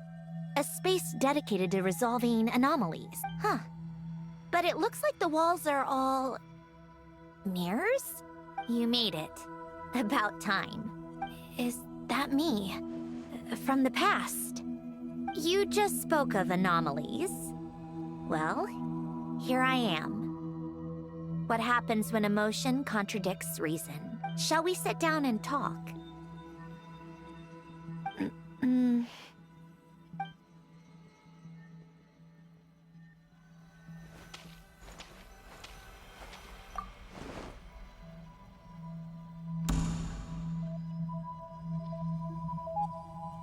That should do it. Hello. My name is Alain Guillotin. Can you hear me? Brings back memories, doesn't it? The time we spent here. Here. I want you to have this. A notebook? You can use it to write things down. I don't need to write things down. I have unlimited memory. Even so, some things are more important than others, right? You can use it to write about the things that matter. So you wish me to carry out a basic priority sorting operation? I suppose you can think of it like that for now. But journaling is also an act of finding oneself. Much like we use wooden stakes to guide a plant to grow in a certain manner, what we choose to write down gives the soul much-needed direction. In the act of choosing what to forget and what to hold on to, we decide what kind of person we want to become. I don't understand. Like I said earlier, I don't need something like this. This is where we were born. Where our life began. Mornings of tending to the garden. Afternoons spent cleaning, reading, or studying. Evenings of cozying up by the fire, listening to Alen share stories about his past. Alen. What is it? What are you drinking? Oh, this? It's coffee. It, makes me more productive. I want to try it. Oh, okay. Here.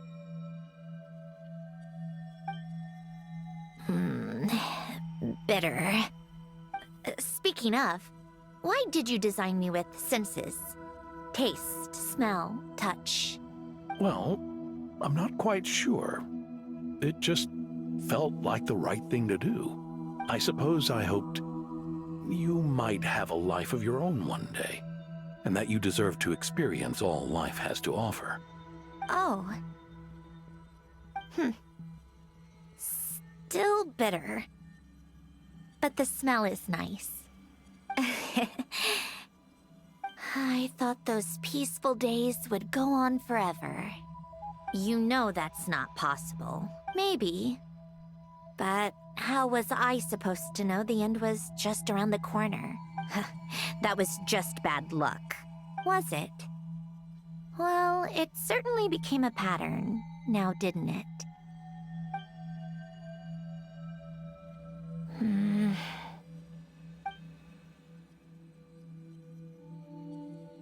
Over time, one of the habits we picked up from Alen was a love of coffee. We even took to hosting tea parties. A machine acting like a human. Kind of laughable, right? I suppose that's just what I'm used to. Yeah, that's just what we're used to. Hey, this place isn't half bad. Great spot for a party. More and more people seem to be showing up to my tea parties uninvited. Anyone care to explain? Can you blame me? I saw Columbina leading Capitano somewhere, and I had to see what that was about. I had simply asked Columbina where I might find Arlecchino. I have business to discuss with her, and Columbina suggested looking here. Tartaglia and I were unaware that this was a private gathering. Apologies for the intrusion. It won't be for long. Whatever. Just add it to the list of annoying things that have happened today. What's one more? Since you're here, you might as well stay for a cup of tea. See? Told you she wouldn't mind. Much obliged, Sandrone. Well, look who we have here. Good thing I brought extra desserts. This has turned into quite the occasion. Capitano, I was just about to go find you. Pardon the intrusion. Rest assured, I won't sully your gathering with talk of work. We can have our discussion later. Spoken like a true gentleman. A certain unmannered 11th seat could learn a thing or two. You know, you really should start being nicer to me, Rosaline. Or I might just snatch that 8th seat right out from under you. I'd like to see you try. If you're gonna fight, take it outside. The only mess I plan on cleaning up is tea-related. I still don't understand how our quiet afternoon turned into such a crowded gathering. One by one, people just kept barging in. And then, one by one, they left without a word. Yeah, pretty annoying, huh?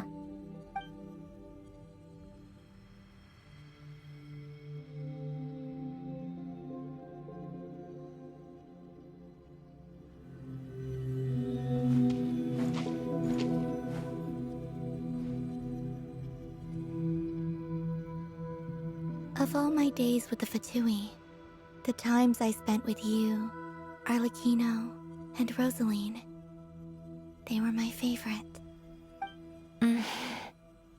Goodbye, Sandrone.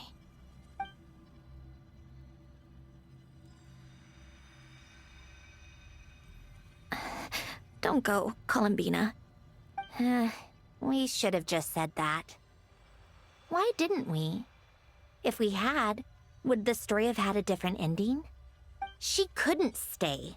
There was no future for her here. She would have just faded away. You're right. I suppose that's why you call me an anomaly. Every time you make a decision, there's a voice inside your heart. My voice, asking to contradict all logic and reason. Why didn't we make her stay? Is it worse to fight for something just to lose it? Or not to have fought at all? Don't you find it unfair? One by one, we keep losing the things we care about the most.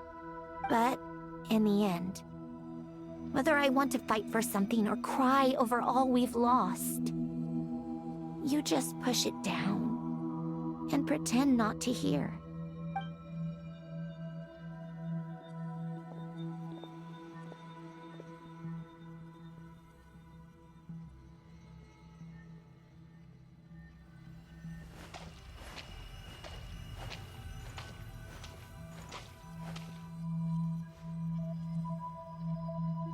And now, even Polonia, the other half of Elend's legacy, the last remaining member of our family. Even Polonia is no longer with us. I did everything I could, but it's just like Elend always said. Polonia was one of a kind. There was no replicating what he managed to create. Don't you feel like our connection to the past is fading bit by bit? Like, even the things we have left are slowly slipping away. I suppose. But you can't move through life without having to say goodbye. And even as we experience loss, there are always new things to be gained. Ever so logical. What's your take, then? It feels like the more I care about something, the faster the world takes it away. It sounds so stupid, but I can't help it. That's the hand life has dealt me time and time again. Why even fight for something that's just going to be lost in the end? Better to never have had it at all. Better if it would all just disappear. Dark, I know. But the heart wants what it wants. Maybe the stellar linchpin appeared because of me. Because of what I wish for. I don't think so. Yeah, probably not. What an anomaly wants goes against all logic and reason after all. Well, go ahead and do what you came for. You're here to resolve the anomaly, aren't you?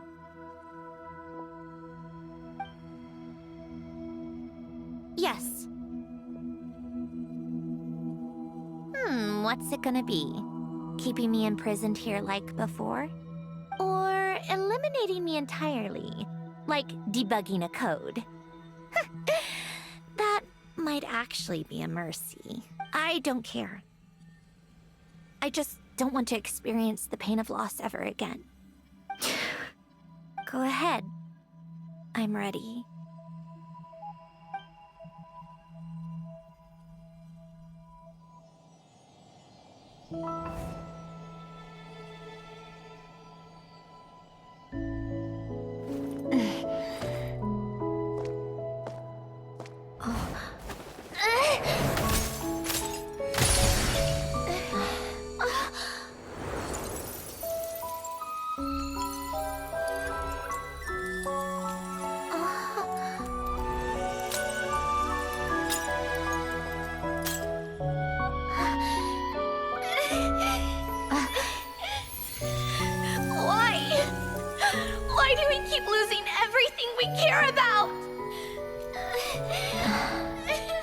I know it hurts, but that's life. I wish... I know. I've always known. Because we've been one all along.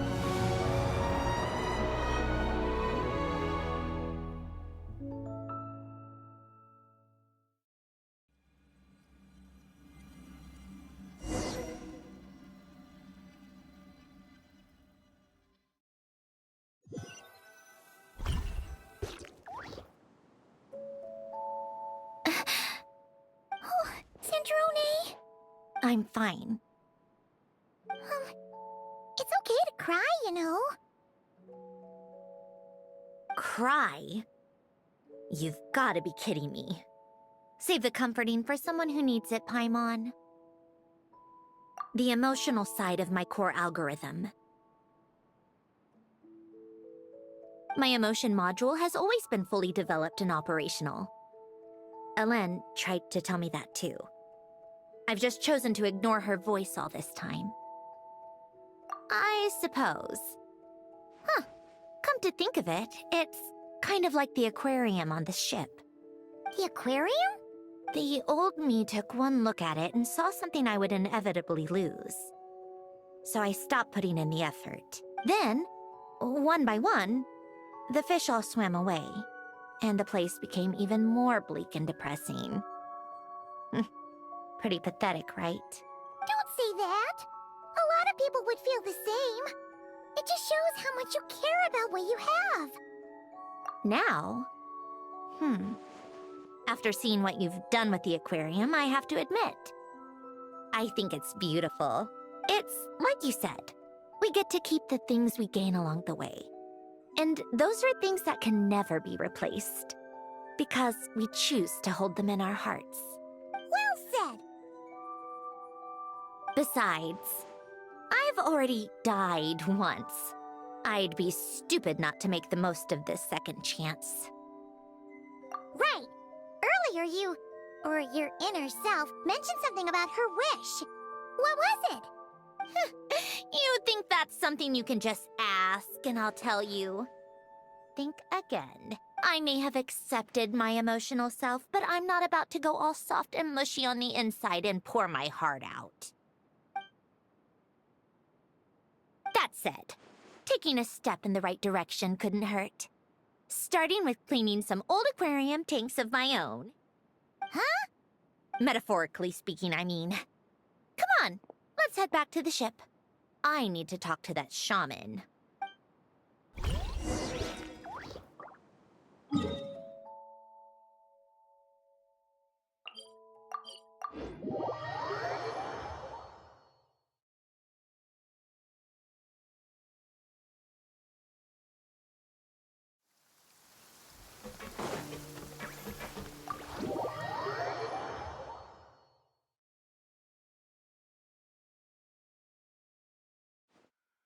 Huh? Resentful lost souls? You couldn't get comfortable sleeping near the Opera Epicles, right? Well, I bet that's why. The Fountain of Lucine is where all the water in Fontaine gathers. So that's where the emotions within the water converge as well. Hold on. If it's souls we're dealing with, feeling uncomfortable should have been just the beginning. I should have been able to hear their voices or something. And under normal circumstances, I'm sure someone of your talents would have.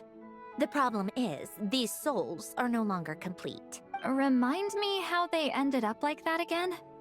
You mentioned something about them being split apart? Yes, it's called soul severing. Renee of the Nartsitzenkreuz Ordo came up with it. After learning of Fontaine's impending doom, Renee thought if he could find a means for the soul to live on in perpetuity, it might ensure the world's salvation. Soul severing was the first step of his research. Unfortunately, his theory of the four orthants was imperfect at the time, and a failure along the way caused his physical form to dissipate. Jakob, another member of the Nartsitzenkreuz Ordo, sought to carry on Renee's legacy and restore his physical form. He even used some of the people who stood in his way as test subjects for his research. By severing their souls? Yes.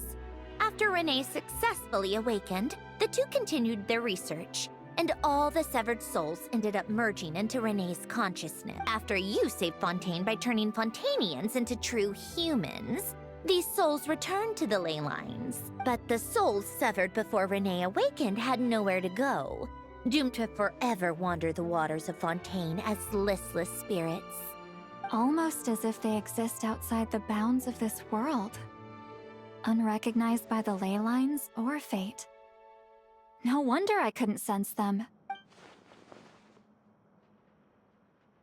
Not only that, but over time, they began to fuse with other entities. Their inner resentment lured in all sorts of evil beings, which corrupted and defiled them into nothing more than accumulations of filth. But the full transformation must have been recent. Otherwise, the Udex surely would have noticed. Wait, no, he must know already. That would explain the underwater melazine patrols. No wonder I kept running into officers from the Mara Chaussee Phantom earlier. In that case, let's go find Nervalette and we can sort it out together. No, not just yet. Why not? For one, the diplomatic castle alone would be a nightmare. Even though I haven't reported back to Snezhnaya yet, I'm not planning to leave the Fatui anytime soon. Besides, with me here, success is a done deal. Involving other people would just complicate things. All I need is for Miss Lolly to help pinpoint the location of this monstrosity. Think you can do it? With my eyes closed. This is what I do. I'm a lot better at it than manning a desk, at least. But, how exactly do you plan on resolving this soul stuff? Even to me, there's no obvious answer. Seems pretty complicated, all things considered. Just trust me. I have the perfect solution. Oh, all right. If you're that confident, we'll follow your lead. Why the sudden interest in helping Fontaine with this, Androne? You never knew Renee and the others, right? No, I didn't. And you're right. This problem has nothing to do with me. I wouldn't get within 10 feet of the Nartsitzenkreuz Ordo or its members. But in his later years, Elen told me he regretted not helping his best friend when he needed it the most. He also felt sorry towards Marianne for being too lost in his mechanical research to look after her properly. If he were still with us, I think he'd do the same. He might have a few choice words to say about it, but even after everything, he wouldn't leave his friend's mess for someone else to clean up. Friends shouldn't hold grudges or leave behind regrets. Fixing what happened between him and Renee was one of his greatest wishes. All I'm doing is fulfilling it in his stead. You know, you really do seem a little different now. You mean everything that just happened wasn't for nothing? Why, thank you for pointing out the obvious, Paimon. Just washing off the grime of the past. Turns out, a lot can build up after being ignored for so long. What's this about aquarium tanks all of a sudden? They go off on some grand adventure and what? Now they have their own private code? Stupid. All right then, Lolly. Tracking this thing down is up to you. Huh? Oh, right. No problem. You got this, Granny Eatsley! You! Come with me to Hotel de Boer for a drink. Right now. Why? Because I said so, Miss Guillotin. I'll report back on the location tomorrow morning. Just need a drink or two first to bolster me up. Well, don't let me keep you. All right, you. Time to go. I've got scores that need settling. Huh?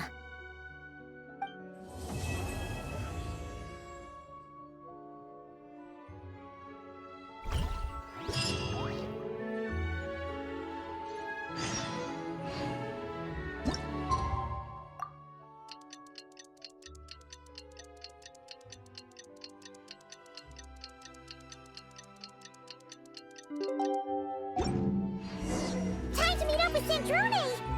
Wonder if St. Lolly was able to pinpoint the location. Well, we should know soon. Let's just hope it all works out.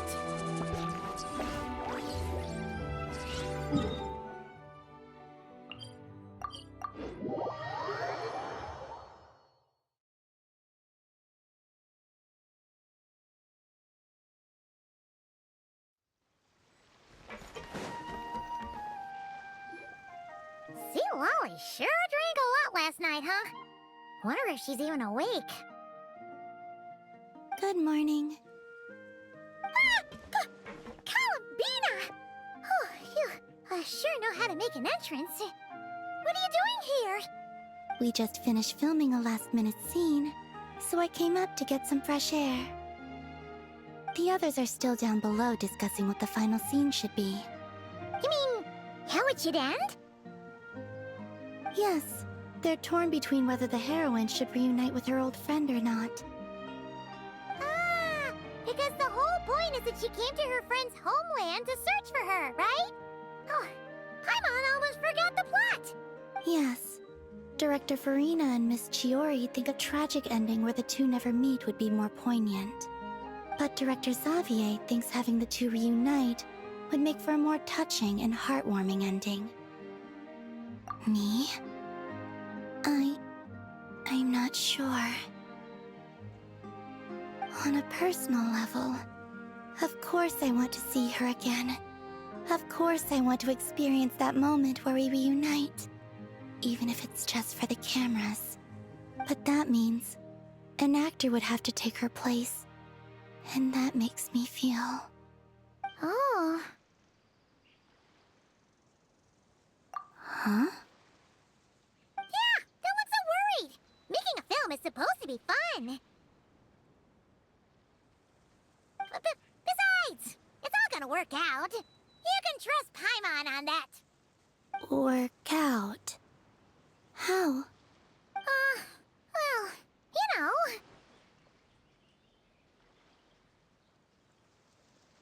Yep, exactly. Okay, I trust you. I'll just focus on having fun for now. Well, well, look who we have here. Traveler and Paimon. Oh, the lighting specialist and clapper loader that never were. Yeah. We kinda went AWOL, didn't we? Sorry about that. Seriously, don't worry about it. Everything's going smoothly on our end, so just do what you need to do. You seem to be in better spirits now, Miss Columbina. I apologize if our earlier discussion put you on the spot. It's okay, I'm fine now. The Traveler and Paimon talked me through it. So, what are your thoughts on the ending then? Should we have them reunite, or not? We should tie everything up in bows. Huh?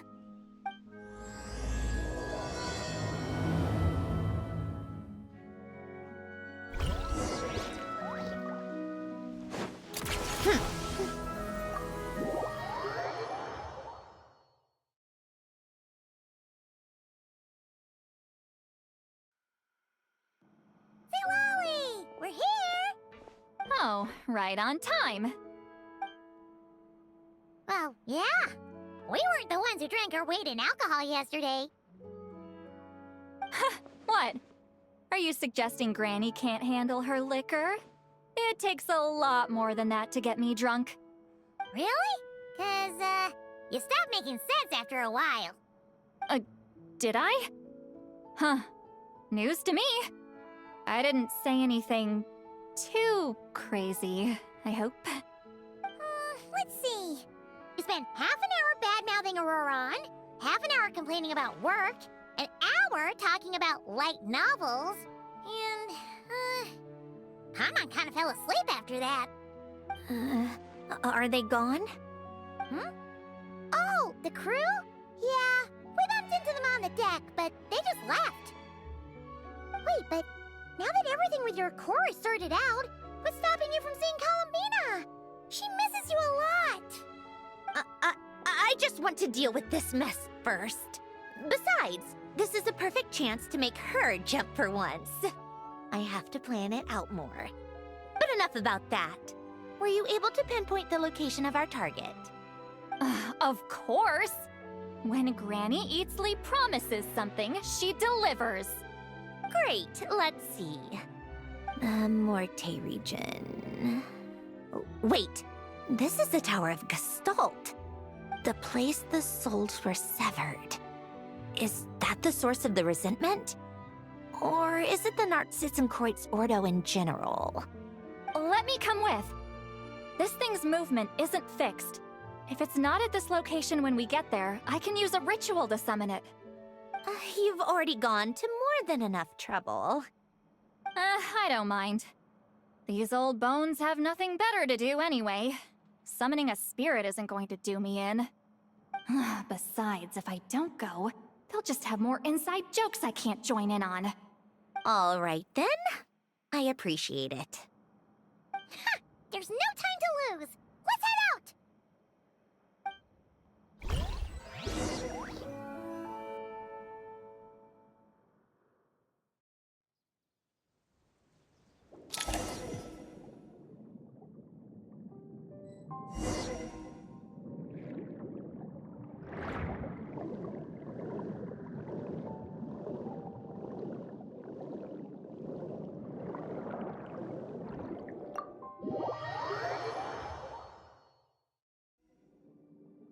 Huh, no sign of it so far.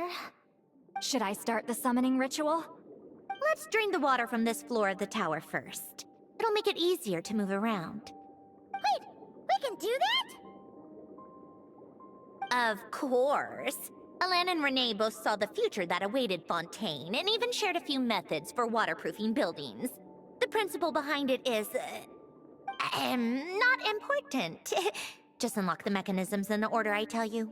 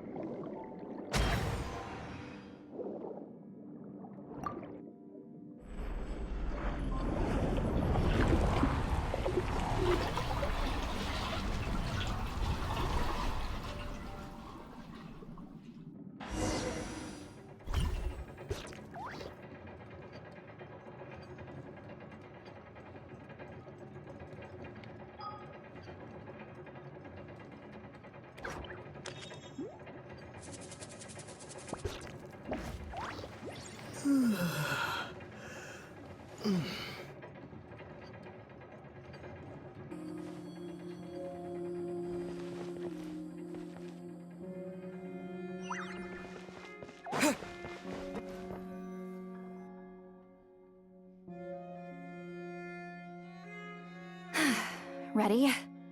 Yeah. When this thing appears, I'll try talking to the souls inside.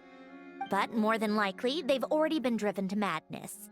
If communication fails, we'll have a battle on our hands. In that case, Paimon better find a hiding spot. If a fight does break out, I should be the one to deliver the final blow. Trust me on that. Understood. All right, I need quiet. Wandering spirits drifting along the tides. Hear me now. Broken souls, silenced, torn apart, and forsaken. Follow the traces of the past and return to us. Let resentment recognize resentment. Let vile entities be drawn together. And in this place, take form once more.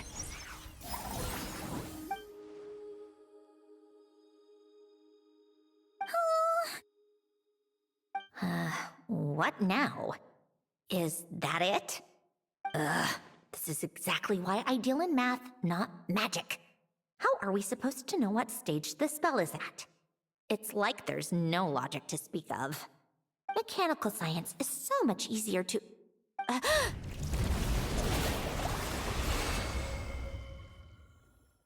Watch out!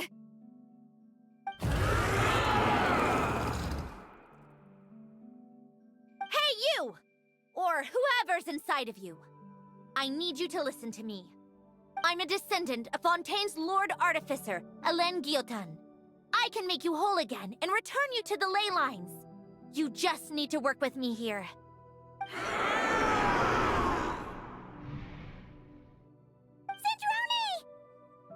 Shh. Looks like talking this out is off the table. All right, plan B. Time to blow off some steam.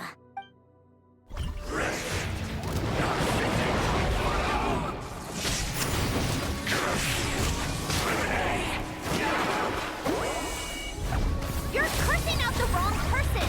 I didn't even know them!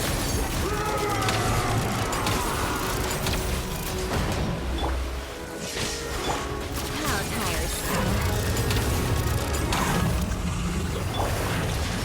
Fulfill our pact! Thunderclap! What a joke!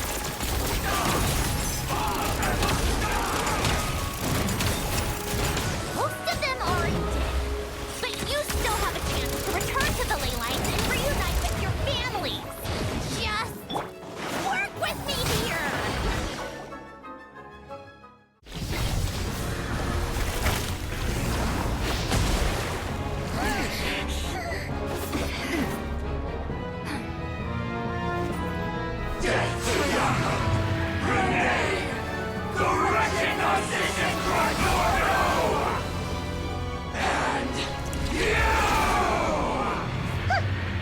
I told you I'm not like them.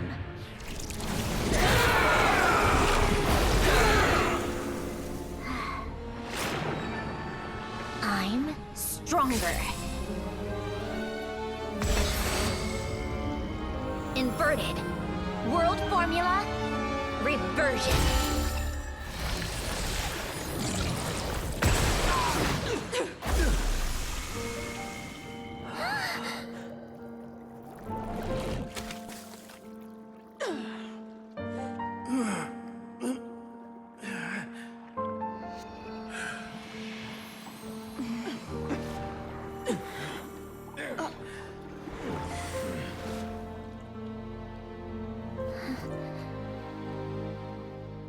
Be at peace among the tides. Lost souls.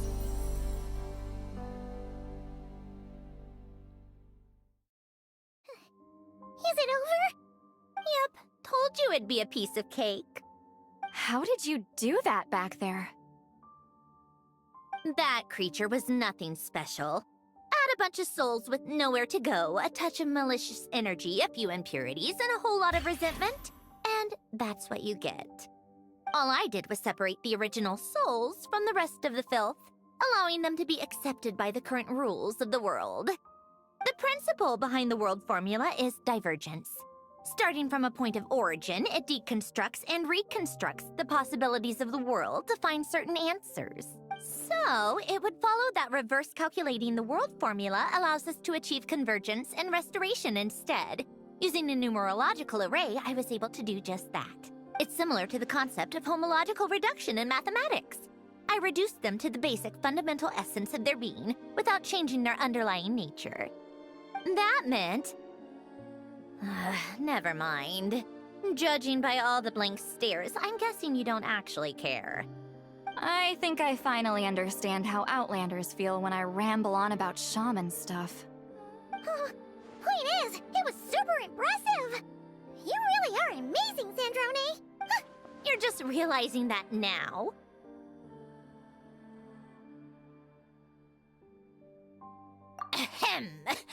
enough about that. We should get going. I'll go reset the mechanisms inside the tower. See you back on land.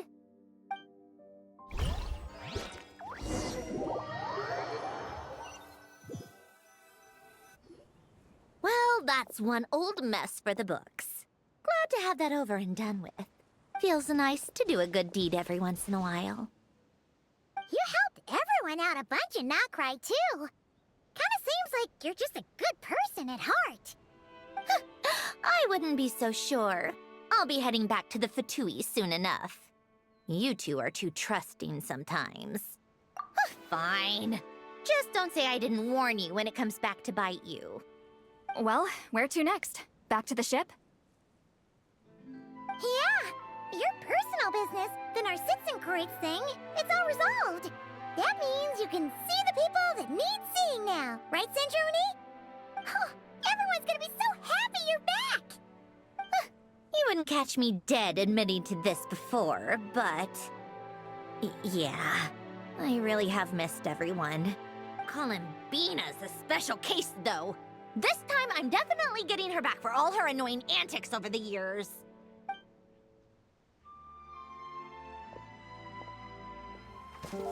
She'll sense me coming from a mile off. How am I gonna...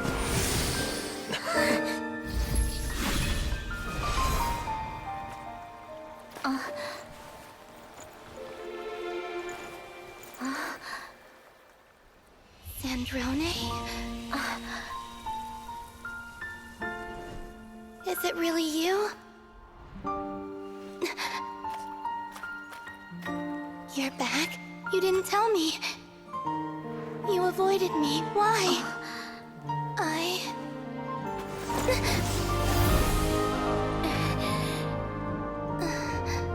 Sandrone? Now we're even. I missed you so much. That makes one of us, idiot. I'm here, Columbina.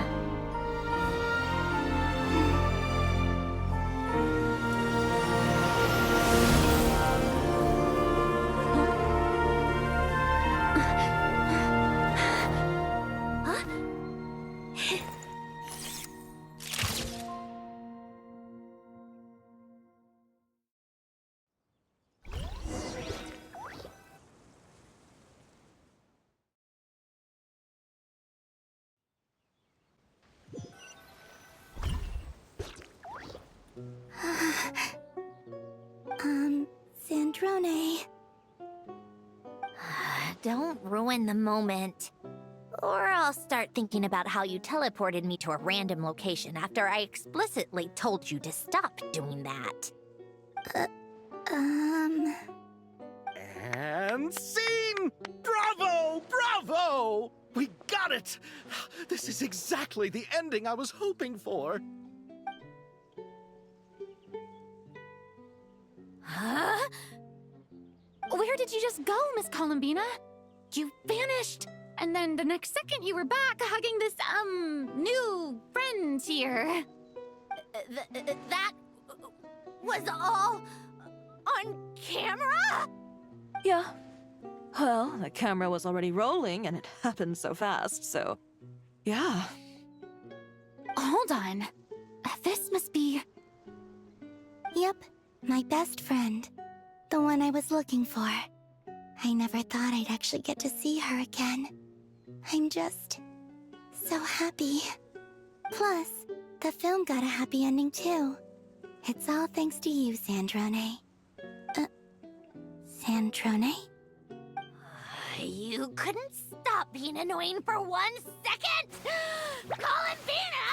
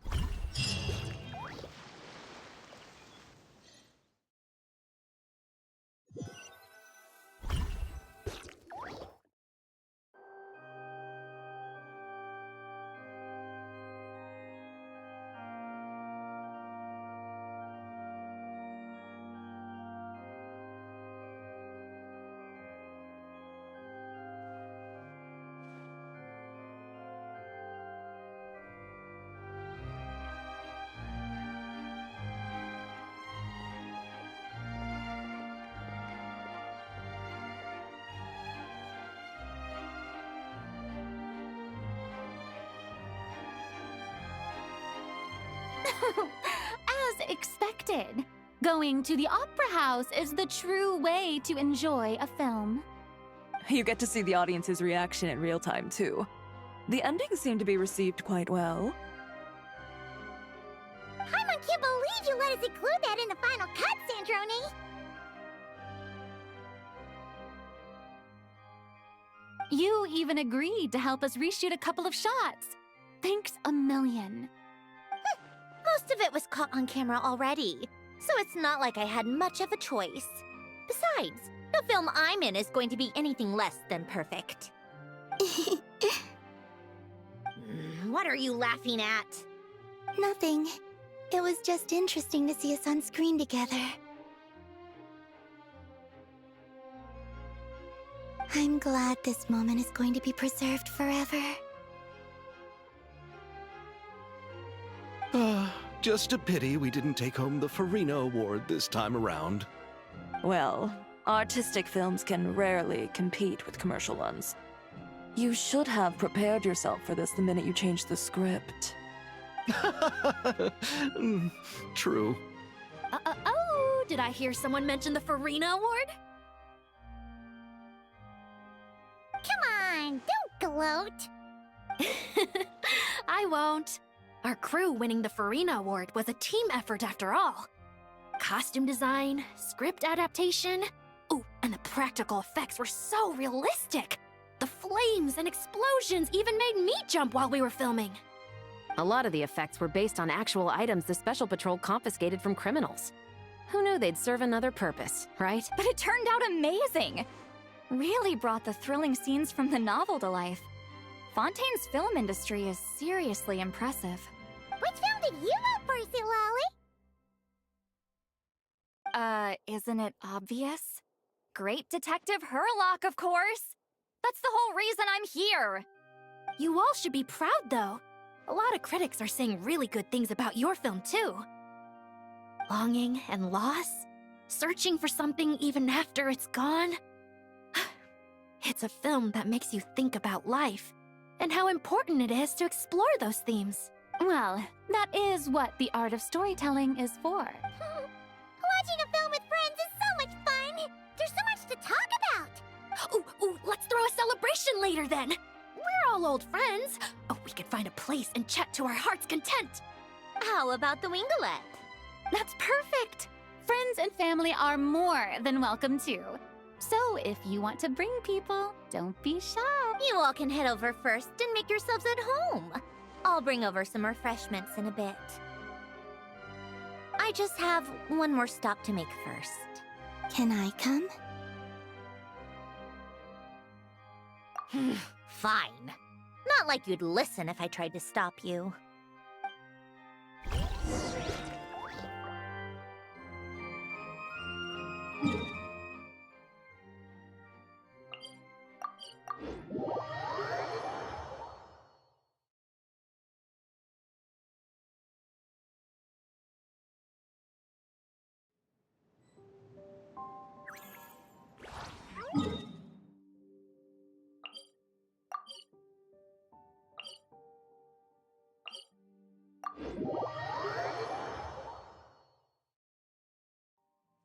Come on, keep up. Pick up the pace. Pick up the pace.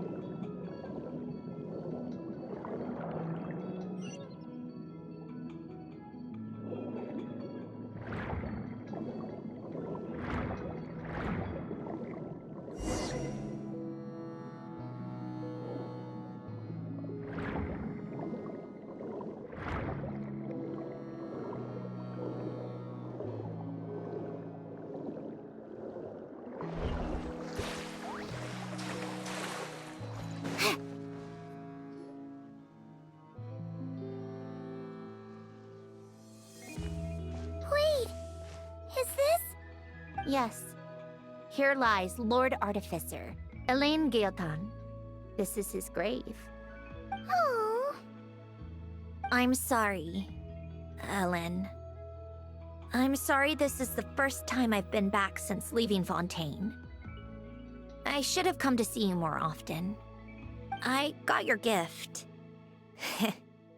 I even cleaned up one of the Nartsitzenkreuz Ordo's messes along the way. Our home is just as quiet and warm as it always was. The flowers in the garden are still thriving. I'll make sure to tend to them more often from now on. Polonia received irreparable damage in battle. I should have taken better care of your invention. I'm sorry. Polonia was family to me. Just like you. You always said I was a fast learner. But I'm not so sure. It took me far too long to learn the things that truly matter. I never said this to you back then, but...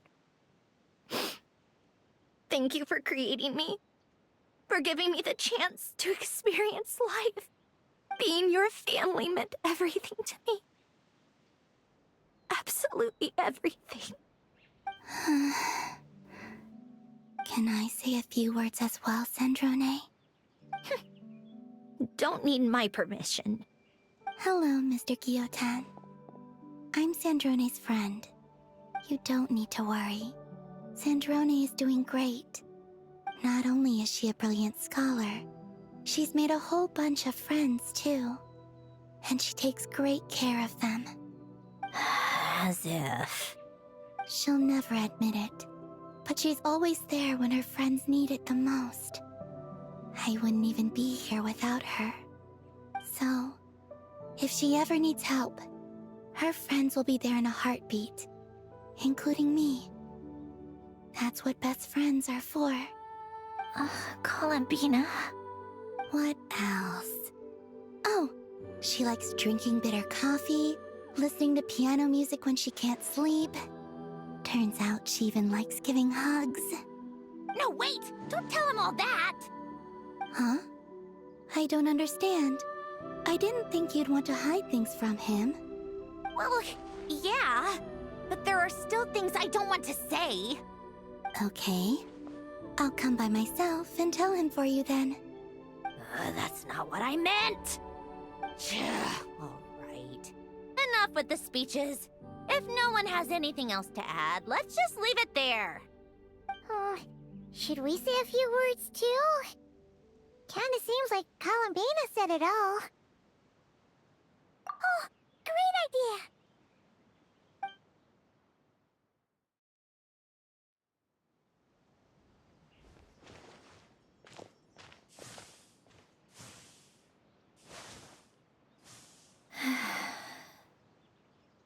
Goodbye, Ellen.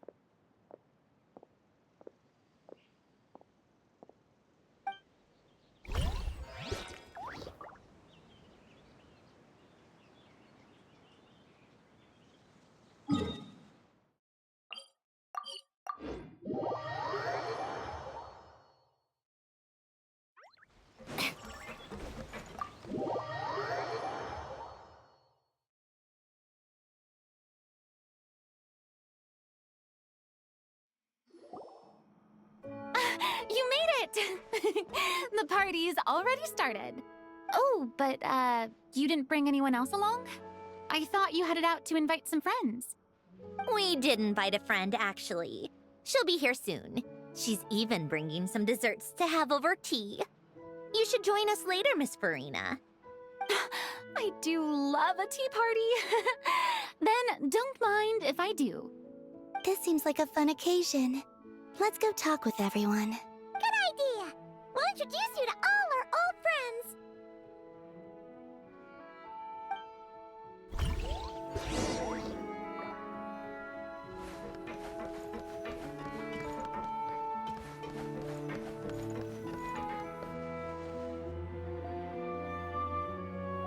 You made it. Sorry for starting the celebrations without you. No worries at all! We're just glad everyone's having such a great time! Oh, right! You've probably seen them around already, but let us introduce you for real. This is...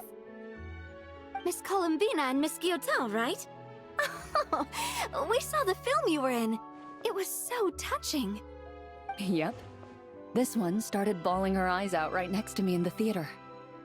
I know. I didn't bring nearly enough tissues. Thanks. We saw your film too. I memorized all your names. Oh, guess we can skip the introductions then. Our effects were pretty over the top, right? Some of the extras in the big scenes were actual members of the Spina di Rosula. So basically, your contribution was creating realistic-looking chaos. That wasn't the only realistic aspect. Miss Chevres and Miss Emily were also kind enough to lend their expertise on criminal investigations and forensics. Oh, it was nothing. I was just honored to take part and help out. Wow! No wonder your film turned out so good! You basically had an expert in every field. Talk about a stacked crew! Oh, speaking of, want to join in on a round of tabletop troupe later, Miss Columbina and Miss Guillotin? I mean, what better place for a party than a party? Here we go again. That sounds interesting. Yes! Persuasion successful! What about you, Miss Guillotin? I guess one round couldn't hurt. Critical success!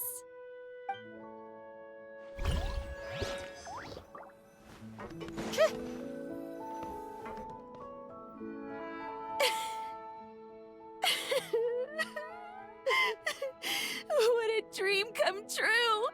For once, it all worked out! I can die without regrets!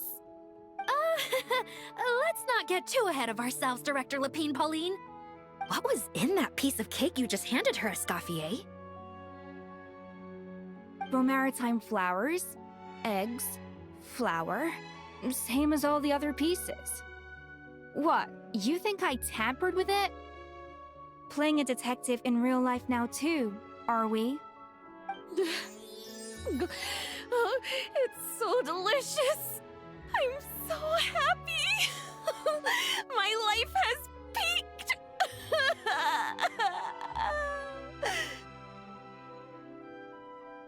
Miss Lapine Pauline, look who I brought! Master! Wait, what happened to your face? Why are you crying? Never mind my face. Here, let me introduce you. This is Miss Charlotte and Miss Escoffier. Things are sounding lively over here. Oh, look who it is! Perfect timing. I was so busy with the shoot, I feel like we barely got to talk. And the elusive Miss Guillotin. It's great to see you. Thank you so much for letting us use the boat free of charge. That was so generous of you. Oh, right. Introductions. This is Miss Charlotte and Miss Escoffier. That's kind of you. But I didn't really do anything. If you want to thank someone, it should be the Duke or the people who keep the boat in such good shape. Right. I'll head over in a bit and do just that. Miss Columbina? Yes? Could I interview you sometime? I'll treat you to some gâteau de bord for the trouble. There's only a limited amount available each day. Oh, but it's an absolute must-try when you're in Fontaine. Oh, sure. Bold of you to use my own cake as a bribe right in front of me. You know what? When else are we all going to be together like this? Come on, everyone! Grab your drinks!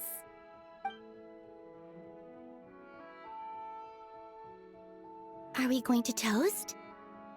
Yup! Come on! Sante!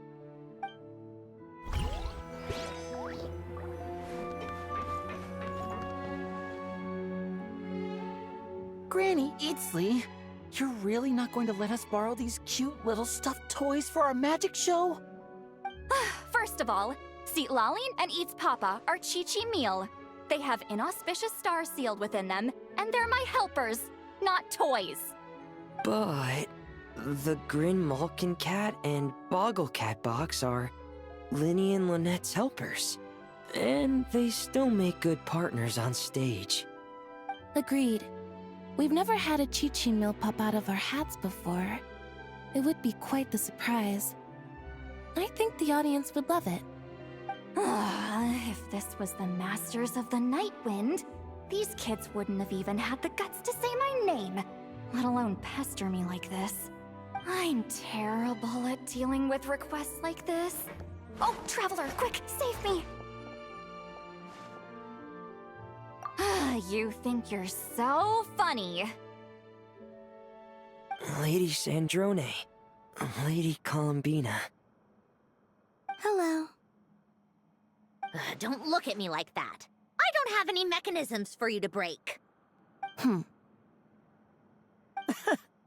Don't be fooled by my sister's demeanor, Lady Sandrone. She's just as delighted as the rest of us to have you back. Well, I suppose when I'm not so busy, I could find some time when Arlecchino is around and bring over a few gifts to the House of the Hearth. You're too kind, Lady Sandrone. I'm sure just your visit alone would make Father more than happy. I just need to borrow them for a bit. I'll pull them out of my hat, give them a quick hug, then give them straight back. When did hugging become a part of it?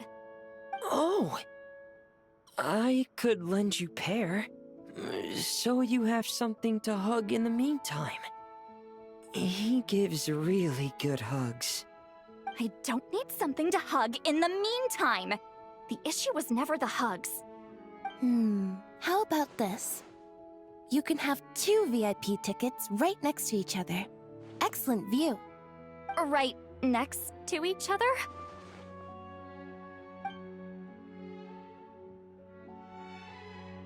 Yep, super quiet. No one will bother you. I'm sure you'll have a great time. Fine.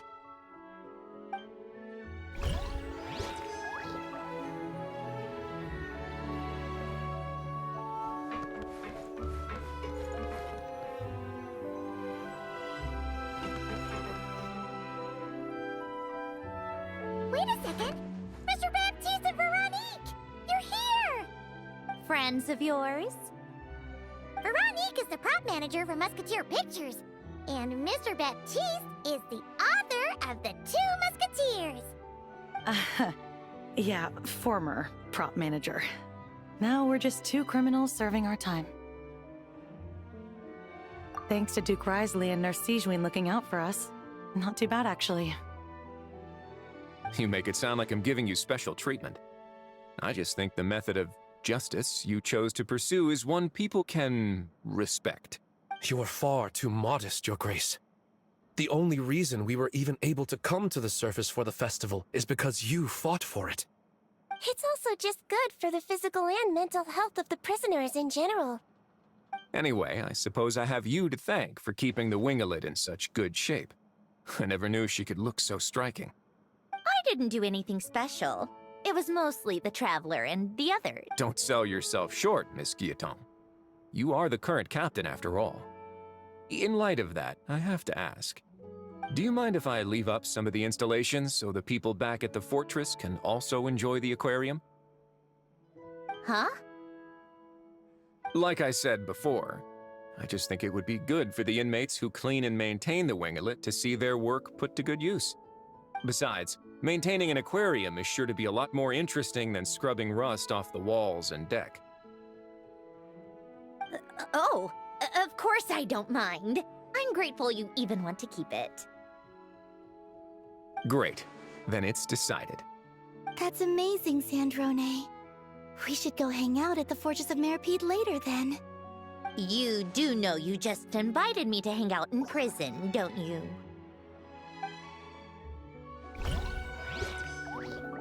Take a break?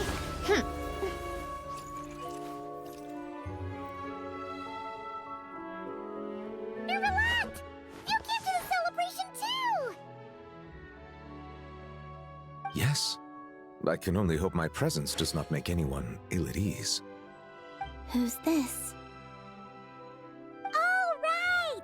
This is Nervalette, the Eudex of Fontaine. And this is Greetings. Hello. These two must be the Fatus and former Fatus related to the recent incident in Nodcry. I read about them in the diplomatic report. The Eudex? Oh, the dragon that cries a lot. Oh, well... Jeez, Columbina. That's your takeaway from all those Fatui meetings? Seriously? Is that truly how I'm portrayed in the Fatui's intelligence? You must put a lot of people in prison then. Well, it would be more accurate to say I pass judgment on their crimes. All trials in Fontaine strive for fairness and justice, so as to avoid imprisoning the innocent. So, only the people who deserve it get sent to prison. Well, deserve is quite a subjective metric, is it not? At the very least, I can promise that in every trial over which I preside, I make every effort to deliver a fair verdict.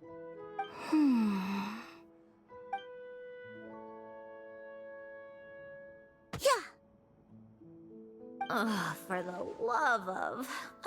what is she doing now?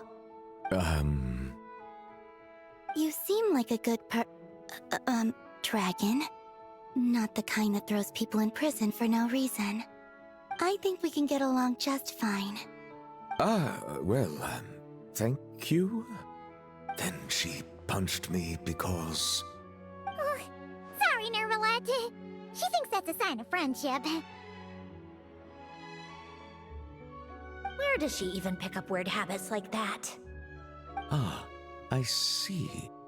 I believe I have observed people on the streets of Fontaine expressing affection in a similar manner. I suppose I now know what it feels like. Yes. Quite, abrupt. You know, these two are surprisingly alike. Oh, looks like Arlecchino's here. Come on, Columbina. Let's go have ourselves a tea party.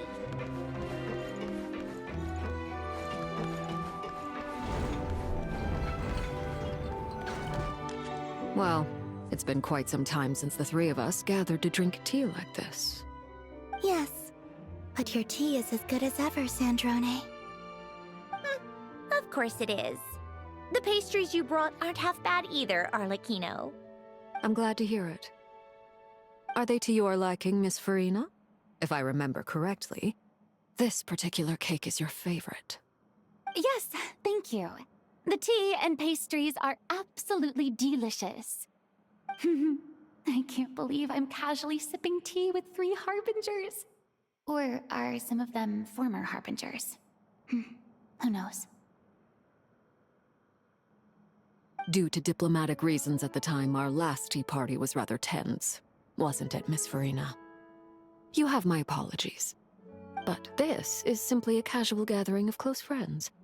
So I do hope you can relax and enjoy yourself. Of course!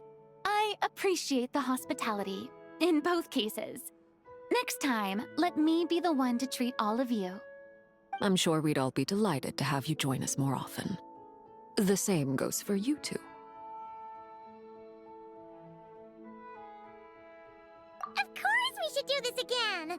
We've all been through thick and thin together by this point. This is nice, Sandrone. It reminds me of the happy times back in Snezhnaya, when things were so lively. Yeah.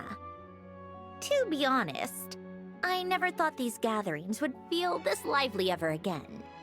Well, I think I speak for all of us when I say we're truly glad you're back, Sandrone. Me too. I've realized that holding on to what matters doesn't just mean protecting what you already have. By reaching out and striving for something new, you can gain much more than you think. No, that certainly doesn't sound like something the old you would say. Well, I'm only going to say it once, so don't get used to it. Who knows? Perhaps your tea parties will only get livelier from here on out. Once you return to the Fatui, we'll have more opportunities to keep in touch in any case. I want to spend more time together too. But I don't want to go back to the Fatui. Well, Notcry isn't too far from Snezhnograd. It shouldn't be hard to find a place where we can all get together. Oh, and then I can sing for you. Or put on some of your favorite music. Just like the old days. Speaking of music, I spotted a mechanical piano below deck.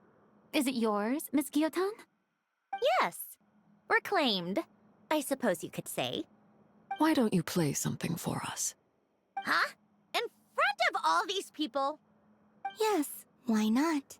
You play so well. Yeah, come on! Just a little, please? For the love of... Fine! One piece, and that's it.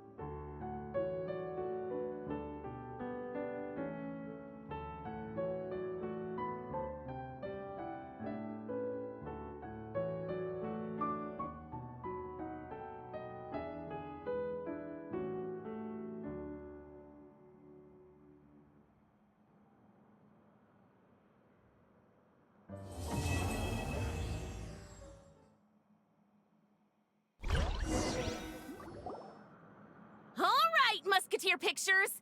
Everyone ready? I'm not sure I should be in this one. Of course you should. You might have primarily helped out another crew this time, but you're still a member of Musketeer Pictures. All right, thanks. I'll still stand a bit off to the side, though. Can I be in the picture too? Of course, Miss Veronique. I would have loved to have you in the last one, too, if circumstances had allowed it. Thank you, Director Xavier. Do I really have to be front and center? You're one of the lead actors! Of course you do! Nervous, Sandrone? No. All right, look at the camera. And 3, 2, 1. Musketeer Pictures!